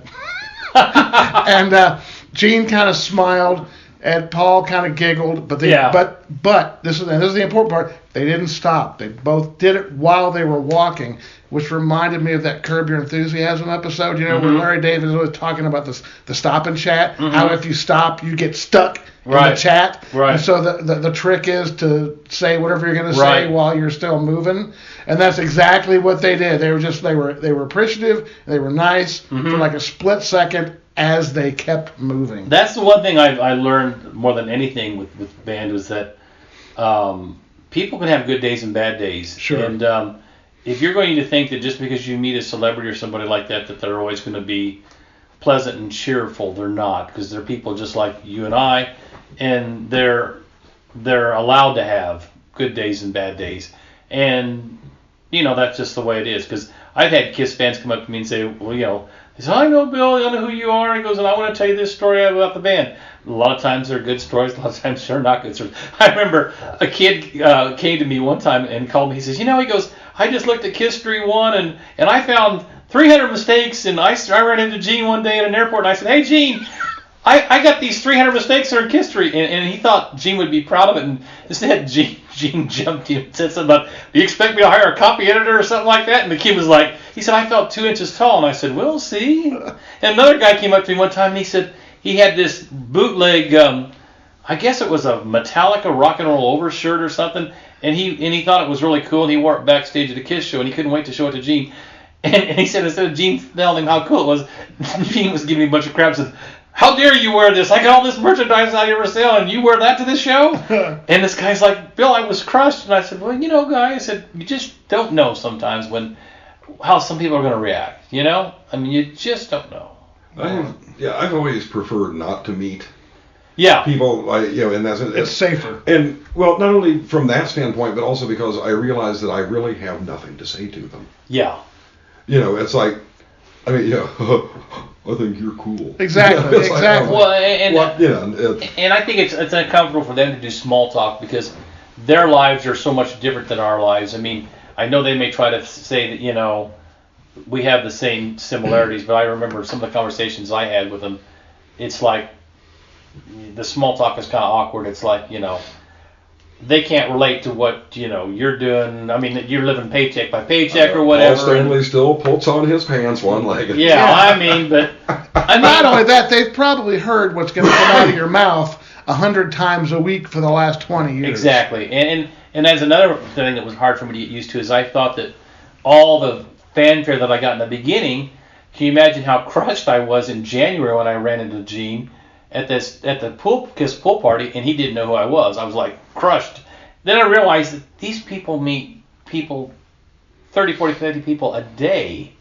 So, I mean, I was like, and that was also the same night I did an interview with the Rolling Stones, so I thought, I was really hot shit or whatever. And when we're at this table and Gene's going around introducing everybody, he comes to me and he stops, and I'm like, "Oh, he doesn't know who I am." I said, "I'm the KISS Army guy, It was, you just realize that it's not the real world. I mean, they meet all these different people, and they have good days and bad days like everybody else. Yeah. Okay, I can see it in your eyes.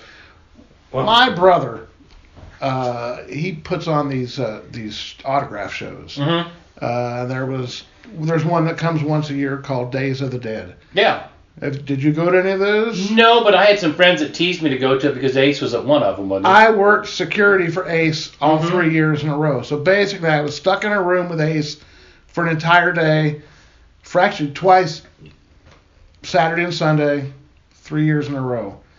And I can tell you that he's absolutely just as goofy as he was on Tom Snyder in real life. Yeah, I always thought that the one member of the band that I thought would be fun to have over for dinner was Ace. He's nice. He's a little removed because he's Ace. Right. But he was super nice, and the guy who's managing him now was just like telling me the funniest stories. He told me this. What's the guy's name? Do you know? I forget his name. Because I wonder if he's on Facebook with me. Because I got a contact from. I think he is. I got a contact from a guy just the last time he was here, and he said, "Are you going to the Ace show?" And I said, "No, I hadn't planned it." And he said, "Do you want to go to the meet and greet?" And I thought, "Really?" And he said, "Yeah," but I wrote back and I said, well, "What time's it going to start? Like 11 o'clock?" And he said, "Yeah, maybe later than that." But then I was really torn between doing it because I didn't want to go by myself, but at the same time I kept thinking, what am I going to say to him? You know, I mean, I don't expect him to reminisce because I didn't get to meet him during the 70s. It's very likely he wouldn't remember. Yeah, I'm just perfectly honest there. Right.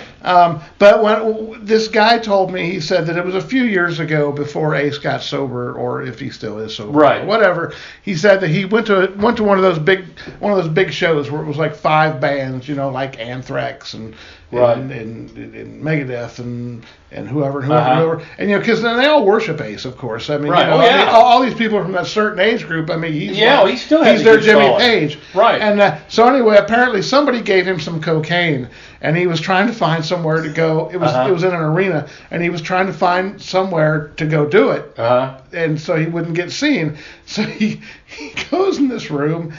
And the manager says they're all out in the hallway, and they wait about 10 minutes or so, and he comes out and he's completely covered in sweat. He said like just covered in sweat from head to toe. His shirt's wet, and he's got like this white shit all over his mouth, his nose, and he goes, "It's hot as a sauna in there." And they look. And it was a sauna. He had been snorting coke in a sauna, and it was so moist that it got caked up and basically just stuck to his face. As far as I know, though, he's still sober. Now, did I send you? Because I was thinking of the still with the Ace and so forth and the fans. Did I send you that footage that I ran across that Ace posted on his own or whoever posts his stuff for him, post on there? And it was in South America, and it was fairly recent, and it's from a show, and it's like a huge packed place, and he's doing Parasite, and he stops playing, and the entire crowd is singing the riff. Sure. And it was just astonishing watching this. I'd never seen anything like this before. But it's like, they get to the point in the song and he stops playing and the whole crowd is going da da da da da da da da right. da da da da. Well, the thing about Kiss Alive specifically is that I'm pretty sure it is in the top 3 of albums that I've listened to the most. And I've listened to Kiss Alive so much over the years that if I were to play it now, I could sing along to every note, every pause, everything. I mean, it's embedded, right. and it's not going anywhere. Even that solo in She that he lifted note for note from Robbie Krieger on the Doors. Yes. Wow, I didn't know that. Yes, and I actually ended up recently getting a tape, or not a tape, but I downloaded the original tape from that show that has the songs in the correct order. And I believe there's 1 or 2 songs that didn't make it onto Alive that were part of that set. Have you heard that? No. Yeah, they're the original tape for that, and the original tape for Kiss Alive 2 also, with the songs in the correct order. And there's some people that like Alive 2 better than 1, but I've always liked Alive 1 because what it did for me, how monumental it was. I mean, live albums were terrible back in those days. And once Kiss got success with Alive, everybody was doing live albums. Sure, man. Frampton and Rush and even Blue Oyster Cult gave it a shot, and not so successfully. Right. But, yeah. That might be the deadest sounding live album I've ever heard. I thought On Your Feet or On Your Knees was before Alive. Was it? Yeah, I think so. No, I don't think so. I may be, No, I'm bad with No, because chronology. I'm not good at chronology. When Alive came out, it was rare because, I was confused by it because here KISS wasn't getting on the radio with studio albums. I'm thinking, why did they do this? Yeah, live albums up to that point were pretty much just contract. Right. Yeah, It's like we got to put out an album this year. Well, according to the book, it was kind of like their last. It was like their last contract. chance. Right, no, it was their last chance. They were just like, we got to hit them with Right. something big, or else the label's going to drop us. Because the book, the way the book explained it was that at the end of each album, if they didn't put out another album, the label would go broke. Right. Now, I remember when Destroyer came out. You were not a huge fan of it. I remember you were kind of lukewarm. A lot of fans weren't. I didn't. Now, what did you think of it? I liked it because I was looking for it as a way to get on the radio, but then I didn't think about later on, once the tour would start, following several months later, how hard it would be to duplicate those songs live. Well, now when I saw them a little bit later.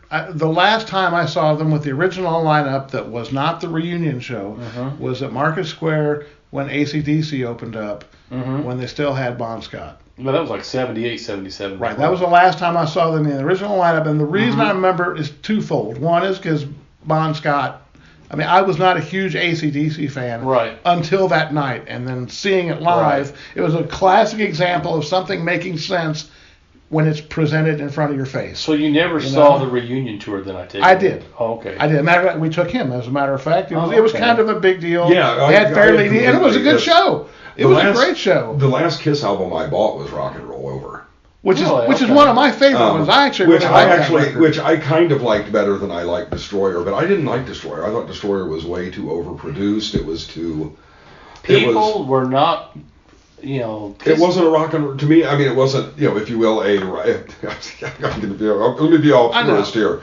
It wasn't a rock and roll record. I can understand that viewpoint now, but at the time, I loved that record. I just did. They were KISS. They had a new album out. I still like Detroit Rock City. Yeah, I do too. So, I probably like it now better than I did then. Although I still say that Alive, they put out 3 great albums. The first one, Dressed to Kill, and Alive. And I like Hotter Than Hell, and I like Destroyer, and I like Rock and Roll Over, and after that I couldn't offer an opinion on Actually, I came to Love Gun much later on, but I like that album pretty well too. Yeah. That's like the last one that I probably really love from the original lineup. When I saw KISS with AC/DC, this was at a point where I had kind of stopped following them because I reached a point where I kind of got into punk rock and KISS became very passe and after Phantom of the Park and stuff like that, it was easy to just go like. Well, for me, the solo albums was hard to take. I liked Ace's solo. I love Ace's I'm not saying I didn't like it. I just said the whole concept behind the 4 thing. To me, that was something I thought was kind of divisive. It was like, okay, now they're going into solo albums. I'm like, Yeah, but anyway, so we're the only reason I was at that show was because they asked me to take my cousin who was younger and couldn't drive, and they bought me tickets to go see him. So we're sitting there, and the lights go down, and they do Beth. Which I hate, and I hated it. I hated it then. I hate it now. And Peter Criss is walking real slow across the stage. He's got some flowers. He's looking forlorn. He's like, throwing them out like this. He's holding a little silver stool. He sits down on the stool, and he's just about to start singing, and these idiots in front of us go, "Man, that's cheating. I think it's a tape." They were expecting to see like the whole orchestra for one song, like Gene would have allowed that to pass the payroll. Right. But my biggest memory of that night was Bon Scott getting on Angus Young's shoulders and then traversing the entire Market Square Arena runway. The entire, it took him. It was a long solo. Just walk. And after that, I was just like, I see what Phil's saying now. Because their albums, for whatever reason, I always liked them okay, but they were just like they never really grabbed me. But then after seeing it, I was like, oh. I remember and then Bon Scott died. And I'm like pissed off. I remember him as a kid coming over to my house during those record sales, and he was bragging about AC/DC and Judas Priest. Oh, yeah. And nobody, I'd never heard of either one of those bands. And you were the first one. You And got every me time into I both of them. hear Judas Priest, I start laughing. Phil Hundley was the guy that kept saying, Judas Priest. I'm thinking, what the hell kind of name is that for a band anyway? And then, you know, And it's funny because they were another band that's like my interest in them completely fell off the table at After what, Rockarola or? no, well, Rockarola was the first album. Why do I Stained Class? I get those two. Yeah, it was mixed like up. Stained. Yeah, it was like Stained Class. It's like boom. Well, do you remember where you got Stained Class? Because I do. We were at Bob Richards' house, and he had a promo of it. And we didn't even know that there was a new Judas see, Bob Priest wasn't record. into metal. I didn't. Oh, think no, so. not at No. all. Oh, he was into it if he could sell it to you. There you go, yeah. But I mean, you know. And I don't mean that to sound in a bad way. No, right. I don't have any problems because with Bob Bob. basically turned me into alternative stuff. Yeah. I mean, I'll never forget me and Ted going to one of the record stores there and buying My Aim Is True, and I thought, you know, this was really different, and I think the Nevermind the Bollocks after that. Yeah. I mean, Bob was the one that, you know. Now, Bob kind of approved of me liking Cheap Trick, which was kind of cool, because I know Cheap Trick was, and I remember he was also the guy that got me turned on to Budokan, and I'm like. You know, he said, you need to listen to this bootleg. And at that time, Budokan was a bootleg. Right. And An expensive misspelled bootleg. exactly. And, Look but he approved of me liking Cheap Trick, which was funny. Maybe it's because they had a Beatles sound to them to a certain degree. But Bob basically hated everybody else. I mean, that we kind of liked. I remember whether it be Tom Petty or Dire Straits or whatever. But he did like he approved of Cheap Trick anyway for Well, us. Bob was mostly into reggae. I'd yeah. say 90% of what he listened to was reggae. Yeah. And I've known people like that. I know a couple people like that now that like once they discovered reggae, they kind of pushed everything else to the back. Bob had an influence on me in that regard musically. I mean, he did. He got me to, you know. But now there's one thing I think he and I might disagree with. I'll never forget. He used to make fun of me for having effects pedals. Well, guess what? Now it's 2017. I got more effects pedals than anybody. So that's one thing Bob wasn't able to get rid of for me. So More than Frank Marino? I don't know about that. I saw Frank Marino open for some band I don't remember.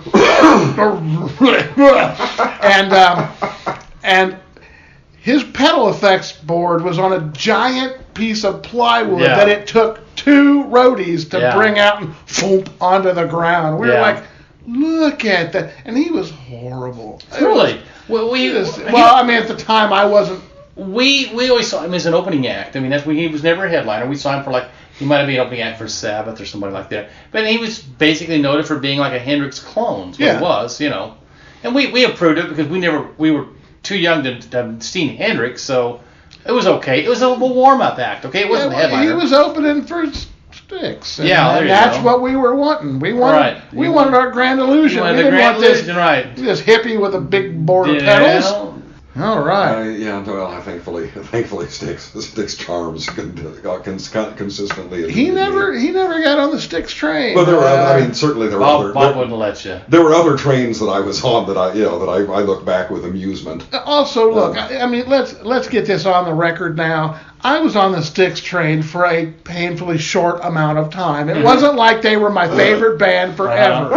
Okay, I liked the Grand Illusion, and I sort of liked the album that came out afterwards. And then there was like 1 or 2 songs on Equinox that I thought were okay. And this is all within like a 2-year period. Right. It's when that first concert that I went to, which that first concert I went to, I was most excited to see Uriah Heep. Yeah, I loved Uriah Heep. I mean, they were my favorite band. But when I finally saw them as an opener for KISS, it wasn't the same Uriah Heep. I don't think they had changed it to a lot of members that, you know. Yeah, he saw a good lineup. In the same time when I finally saw Mott the Hoople, they had already changed to a lot of people. I think Ian Hunter was gone. I think. Oh yeah, Mott the Hoople ceased to exist the minute Ian Hunter left. Yeah. I mean, there was some band that toured with that had some of the same members, but I mean, the guy who, he wrote all the songs. Are we talking British Lions here? Well, or Mott. I think it was just one Mott, for 2 albums. Right. Yeah, which isn't to say, I still, I was very sad to hear when Over and Watts died. Mm-hmm. I would have liked to have been able to see one of those shows they did a few years ago. When I saw Hunter in Chicago, I guess it was this spring. Yeah. I sat next to these two guys. Oh, you told me, yeah. Yeah, these two guys. They were this like middle age. They were like probably both like somewhere in the neighborhood of our age and so forth. They were this couple. They had flown. They lived in Toronto. They had flown to Chicago just to see that particular show. Every time he toured, they would fly and see him 2 or 3 times. Mm-hmm. And they had flown to England to see a couple of the Mott reunion shows in London. That would have been something.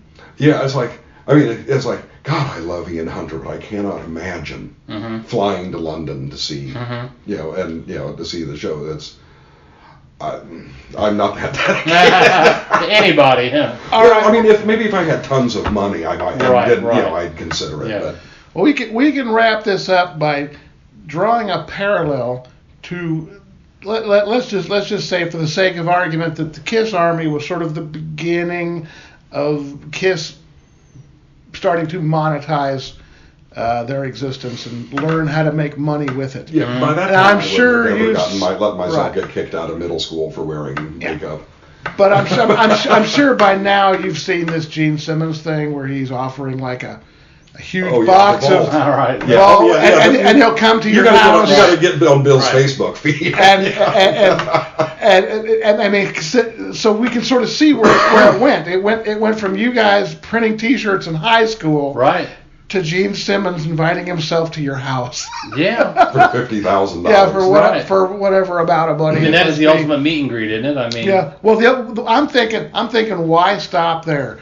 I'll take bets with either one of you as to how long it's going to take before those Polaroids become a coffee table book. No. I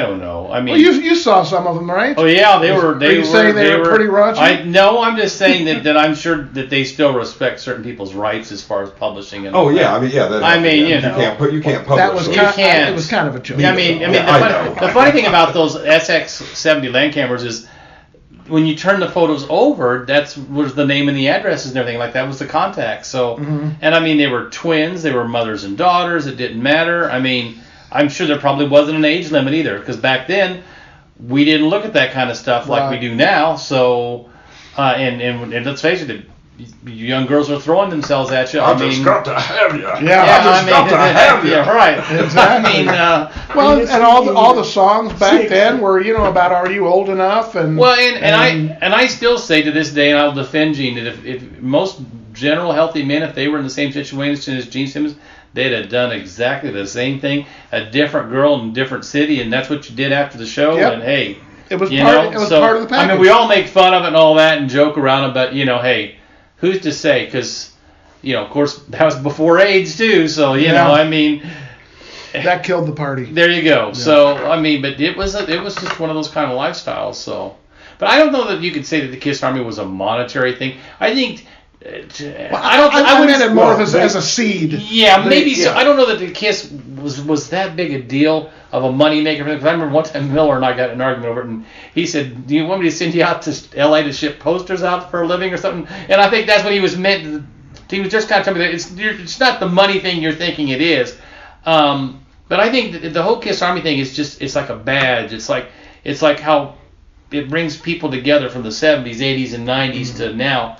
And it's just one of those things that everybody seems to identify with. So that's the thing I'm most proud of is that I look at all these different names for bands and all that, and the Deadheads, the Parrot Heads, and whatever. And to this day, the KISS Army is still the coolest name for any gathering of rock group fans. Anyway, I'm biased, but that's just the way I look at it. Okay, now I was an actual member of the KISS Army. I actually said, does anybody remember what we got other than the belt buckle? Because I remember I got the belt buckle with the KISS logo from the first album made of little jewels. You got a certificate, and then you got a newsletter which came out quarterly. Right. And I still have some of those. And was there a sticker or something? I remember getting the belt. There might have been an iron-on. Yeah, I think there was an iron-on. Yeah, I don't remember getting the belt buckle. No, I don't remember. I think the belt buckle was for sale. Yeah, I was gonna say I think that was sold separately. I might have ordered it at the same time. And maybe the next time we do this together, we'll go through my belt buckles, T-shirts, and old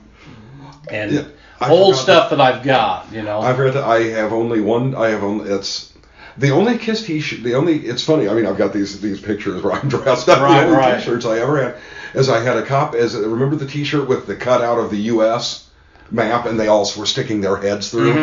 Yeah. That one, I had that, and I now own a. That's kind of a famous picture because apparently they were like all perched atop a very tall building precariously when they took it. If it's the one I'm thinking of. I think yours is the cutout of the Yeah, US it's a cutout of the U.S. Yeah, it's and not. they're all sticking their heads. It's not through the cutout. Empire State Building shot. You know what I'm talking about? You're talking about the Empire State Building shot. Where Was they're that what it was? Yeah, and they're looking. Yeah. Okay. was For some reason, I was thinking that was the picture that had the. No, the outline. one he's talking about, I seen there the picture for that, of all places, in Billboard magazine. This was back in the days. Remember when they used to, and I can't remember what they were called, but there was a chain of them in the malls, and they were T-shirt places where you would go and you T-shirt would shack. Yeah, and they would press it on. They would press it Uh-huh. on, and I got one. And you'd wash it a few times, then you'd have to go buy another one. Yes, but I now also own a T-shirt with them posed as from the Dress to Kill picture, but in Chicago White Sox uniforms. Yeah, I do. Mine was Cubs, so I mean,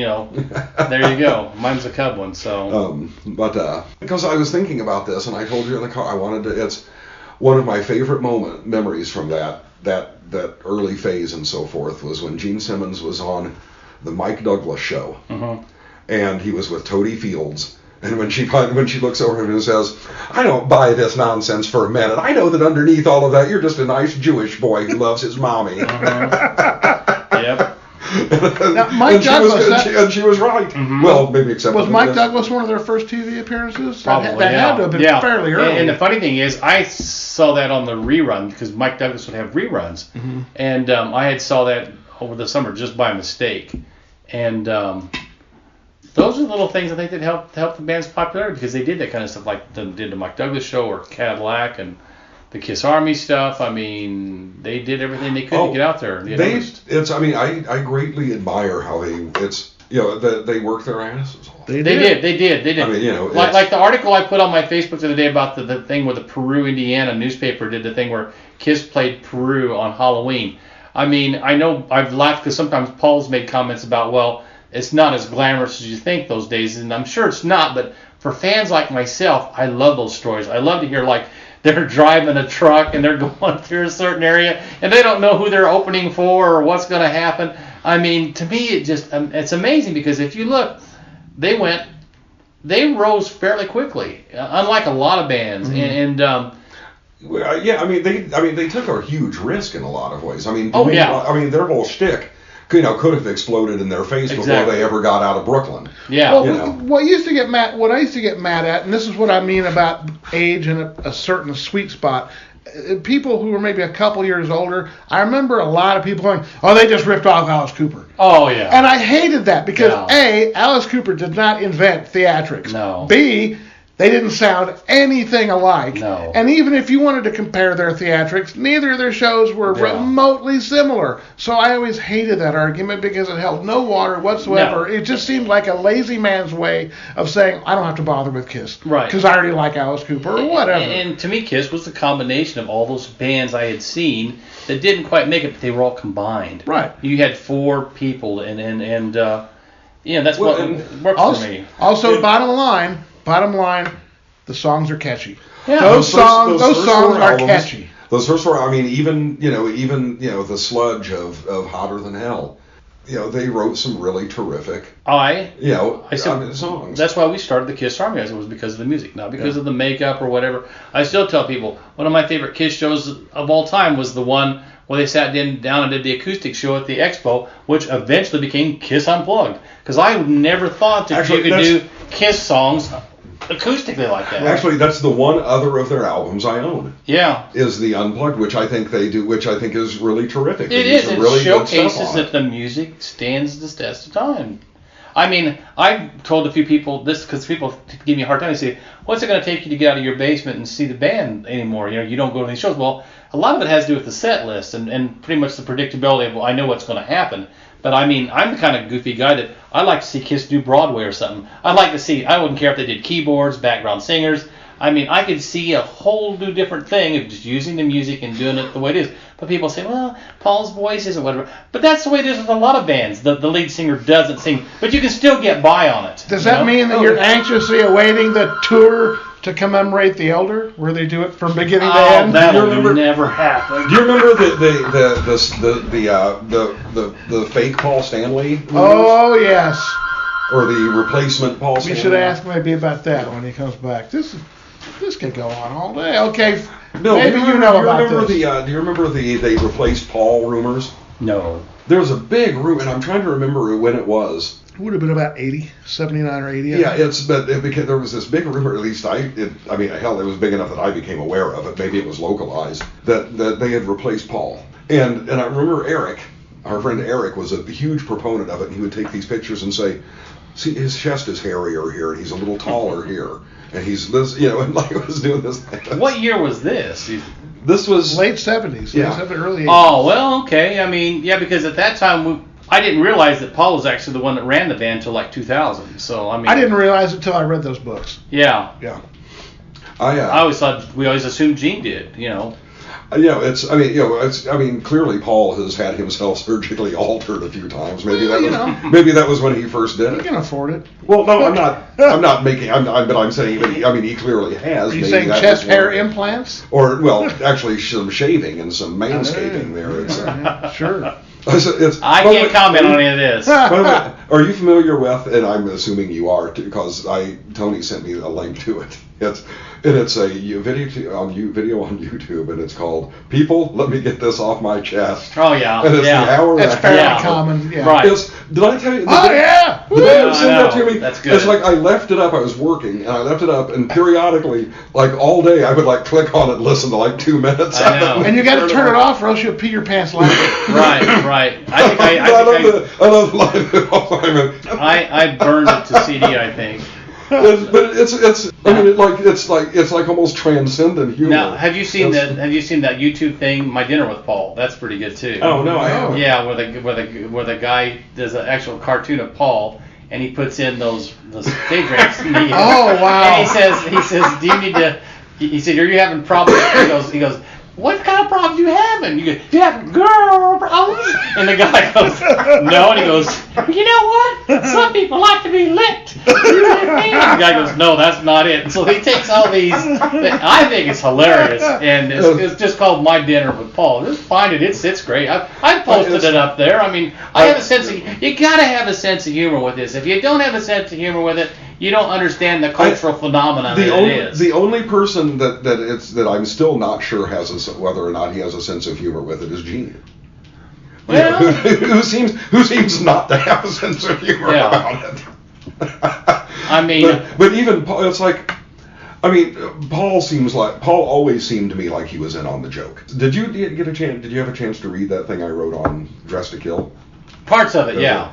Paul, to me, it's like, from early on, there were certain things that hit me that shocked me, and the fact that I was actually, my initial impressions in some cases were right. Mm-hmm. Yeah, or seemed to be.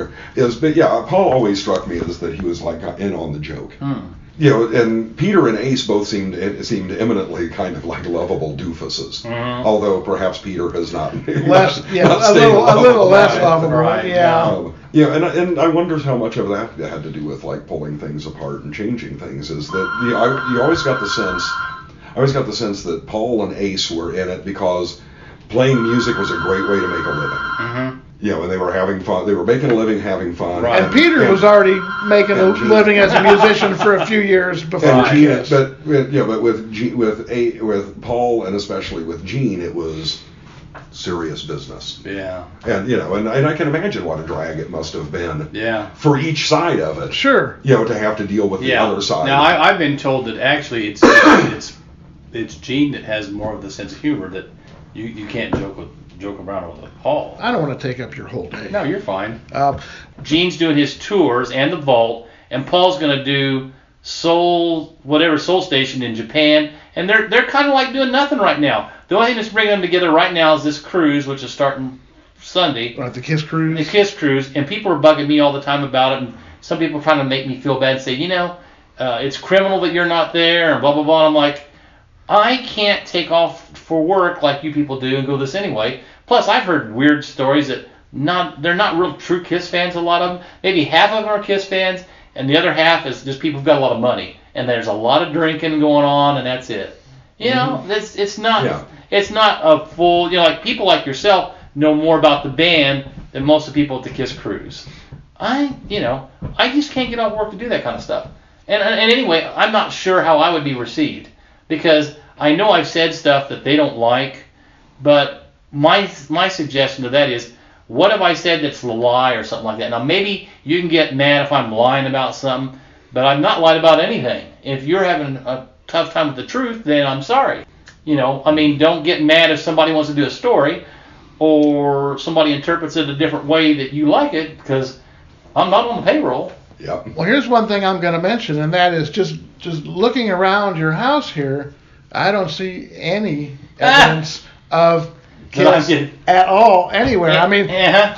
Normally I would expect at the very least maybe up there to see a couple action figures or something. But and as I get older, I start to downsize. Now I will say I've got a bunch of stuff in the basement, but it's only a corner of my basement.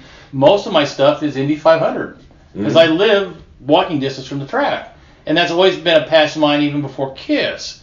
And I've got some KISS stuff, but I'm just real discretionary about stuff like that anymore. Oh, well, sure. And I don't want to accumulate. I've got the T-shirts and belt buckles, but trust me, if I get the right price, I'm selling them. I am selling them because I just don't want to keep things anymore. When you get I'll be 61 next week. You start to think about downsizing and things like that. And do you want to haul that stuff with you? My mom was as religious as anybody, and she thought Gene was hilarious. And I just, whatever, Mom, of all the guys to pick, you pick Gene, so. It's the tongue. Must be. I guess I'm trying to think of how Gene would relate to my father or whatever. They were nothing alike. But Gene was such a schmoozer back in the early days. There wasn't none of this badass wrestling image that he's putting on now. He was a real He was Eddie funny Haskell. guy. Yeah, maybe he was. He was very Eddie Haskell in makeup. He was always cutting up and being funny and stuff, and never bragging, and he was always. How are you this afternoon, Mrs. Starkey? Yeah, he said, on the other hand, I have 5 fingers. Just goofy stuff, and you'd giggle about the things he would say because that was his personality. It is what it is, guys. You seem very level-headed about the whole deal. Yeah, because it's for me to be upset about, isn't it? Right. And you've never, all the times I've met you and talked to you, you've never given off the least bit of being upset or feeling cheated or whatever. I think what happened is I've done a lot of KISS Indie Expos, and one year it was Eric Singer was doing them, and he was the one that I stole the line for. It's not music friends, it's the music business. Mm-hmm. And Eric's always been level-headed about it. He's always looked at it like, this is a good gig, I like it, but I understand it could end tomorrow. Now, granted, Peter's got his issues. If you guys have ever read Peter's book. Have you read Peter's book? No, I haven't. You've got to read Peter's book. You have got, I guarantee you that is the funniest damn thing you've ever read. Now, whether or not it's true, I don't know. Have you read it? No, but I'm going to. I only just within the last year read those 2 KISS books that we were talking about. Paul's book is okay, but somebody told me I got into Paul's book. I wasn't supposed to be in it. Uh-huh. But when I made a comment to somebody in an interview that at least Peter put me in his book, all of a sudden then Paul found a way to put me in his book. Now, he didn't talk about me. He just printed the letter that Alan Miller had sent me in his book. Uh-huh. But I just made a comment. I said, say which one about Peter, but he mentioned the KISS Army Bill Starkey twice and thanked me. Now, Gene didn't, Ace didn't, and then so Paul's book comes out. And Ace probably didn't remember it. Well, of course not. and you know what? And that's fine. And it was weird that Gene did. But Gene's probably upset at me for different reasons because I think he probably doesn't like how I make fun of the Polaroids and stuff like that. But it was stuff I was exposed to. Right. And KISS fans like it, and that's the way I look at it. I'm trying to please the KISS fans, not Gene. No, there's no reason for me to be upset of or anything. I still think it's funny that I get this kind of recognition 40, 50 years later. And it tickles me that the band, we can't do anything about it. I'm sure they wished I'd go away. Just because for a while I did, from the 80s and the 90s, that's why they came up with History 1 and put that in there. The kids surrounded the radio station, and all of a sudden people are reading that going, what the hell story is that? And I said, well, I haven't been in contact with them, and maybe that's what they assume is going on now. Somebody asked me the other day about writing a book. I said, if I wrote a book, they would be so mad at me. because I just know if the little things I've said upset them, what about the really crappy things I could say that, well, I was with Gene one day and he told me this and this and that, or Paul said this, this, and that. I always kept that. Well, you know, Bob Richard did stuff. I've never put those online. Bob's done 2 articles in Gulcher about the KISS Army and how he contacted a coin and all this and their responses. I've never put them online. Indy Star did a early article back in 1977 when they came about that time, and Zach Duncan was the writer. And they and Zach Duncan wrote, he called it a kiss and tell tale, and he said Bill Starkey died of a broken heart, which is ridiculous. We hated Zach Duncan. I know, but he wrote, you know, I've got those articles, I just don't put them on Facebook. I just don't want, because there could be some KISS backlash from some fans, because there are some fans that still think their shit doesn't stink, which is, I think is really funny.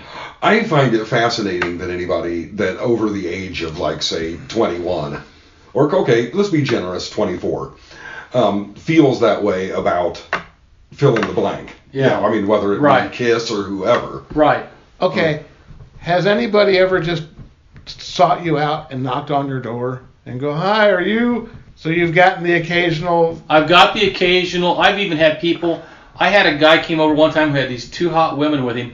He actually made costumes, leather costumes, and he had drawings and he wanted me to submit the leather costumes to the band. And I started laughing. I said, well, they do their own costumes, you know. And that time, they were even beyond leather. They were doing spandex. Sure. So, yeah, I've had all kinds of... You know, I mean, I always tell people, it never helped my bank account or my love of life. Love it. Either one. Never, probably hurt both. I don't know, you know.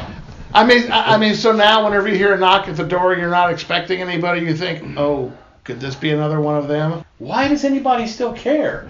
And I'm sure the people around the neighborhood know that the KISS guy lives here because of the newspaper articles. I don't know that it's that popular anymore. I don't know. I mean... Well, like I said, to me, like, the point of doing the podcast is... You know, and Tony can, and I mean, it's Tony's baby, not mine.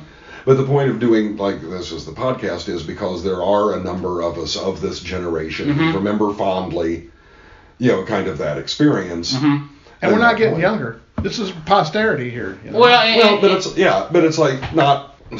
But it is a time where I've had people in their 20s come up to me and say, "Man, I wish I'd lived back then." And I said, "No, you don't." So there was no internet. I said we had to pay for your own porn. We had to deal with disco too. I mean, it wasn't just like you could turn on the radio and get what you wanted. Right. You had to sift through a lot of their crap. You know. And there was a lot of crap. Yeah, it's so fun. I mean, it's funny that the whole thing started out of trying to get them played on the radio because of, like, for myself, I remember, like, I mean, it wouldn't have even occurred to me. To have heard them on the radio. Yeah. And when the first time I heard Rock and Roll All Night on the radio, I was like... Ecstatic, right? Yeah, well, I was like ecstatic, but it was like weird. It was like... Yeah. What the hell? Yeah. Someone broke into my club. There you go. Yeah. Yeah, or, well, it was just like, it was almost like, wait a minute, what am I hearing here? Because it didn't seem like something that, I don't know, I grew, it's funny because Tony goes, and I'll keep this brief and then we'll get the hell out of your way, but, and out of your day, you know, because I grew up, my parents, you know, it's like, I mean, my parents just rolled their eyes at KISS, like they did with most of anything else. Right. Yeah, but I grew up listening to primarily like old country music that my parents liked, and I had a couple of older brothers who liked like Atlantic Soul, and it's like I was barely aware of like who the Beatles were and so forth, and as about like because the first music that I really started getting into of my own was when I discovered the first oldies station. Oh, wow. And so this was like even in like, it amazes me that in 1967, you know, there were oldies stations. Yeah. But you know, so it's like, you know, it's like every night I would like, you know, pull under the covers my radio and listen to, you know, Dion and, and such. It was, and so like, it's when, you know, so I didn't even think in terms of like contemporary radio. Right. You know, I never listened to it myself, so it didn't even occur to me that that it was a thing, you know, that you paid any attention to, except that it was background music now and then. And so that's why I find it so fascinating, you know, that there was like a, you know, it wouldn't have even occurred to me to call the radio station. So the fact that you guys took on the radio station. Well, but I mean, request line was a big deal. And the cool thing about like the KISS and the KISS Army thing was when you were a kid, you wore your rock and roll T-shirts. It was like one of your favorite sports teams. I mean, you had people who liked Leonard Skinner and people who liked Aerosmith at the time. And those were the ones that were always giving you a hard time. Say, well, if KISS is so great, you don't have your own T-shirts.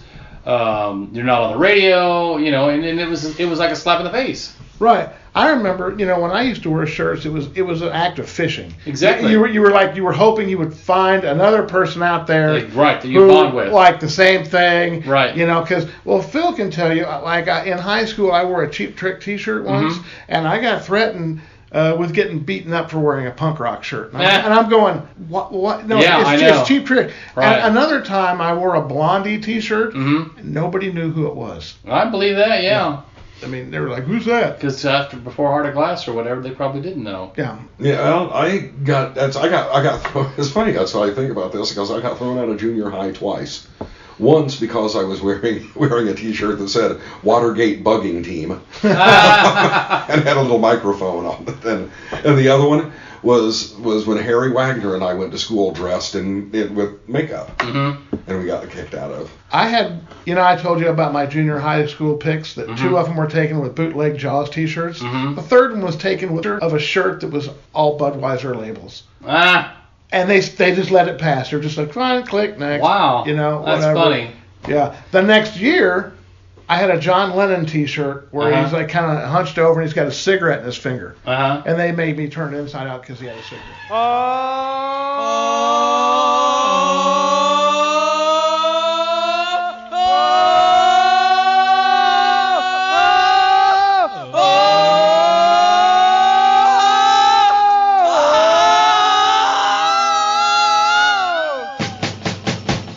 Look it up, it's only right now. Look it up, it's only right now. Look it up.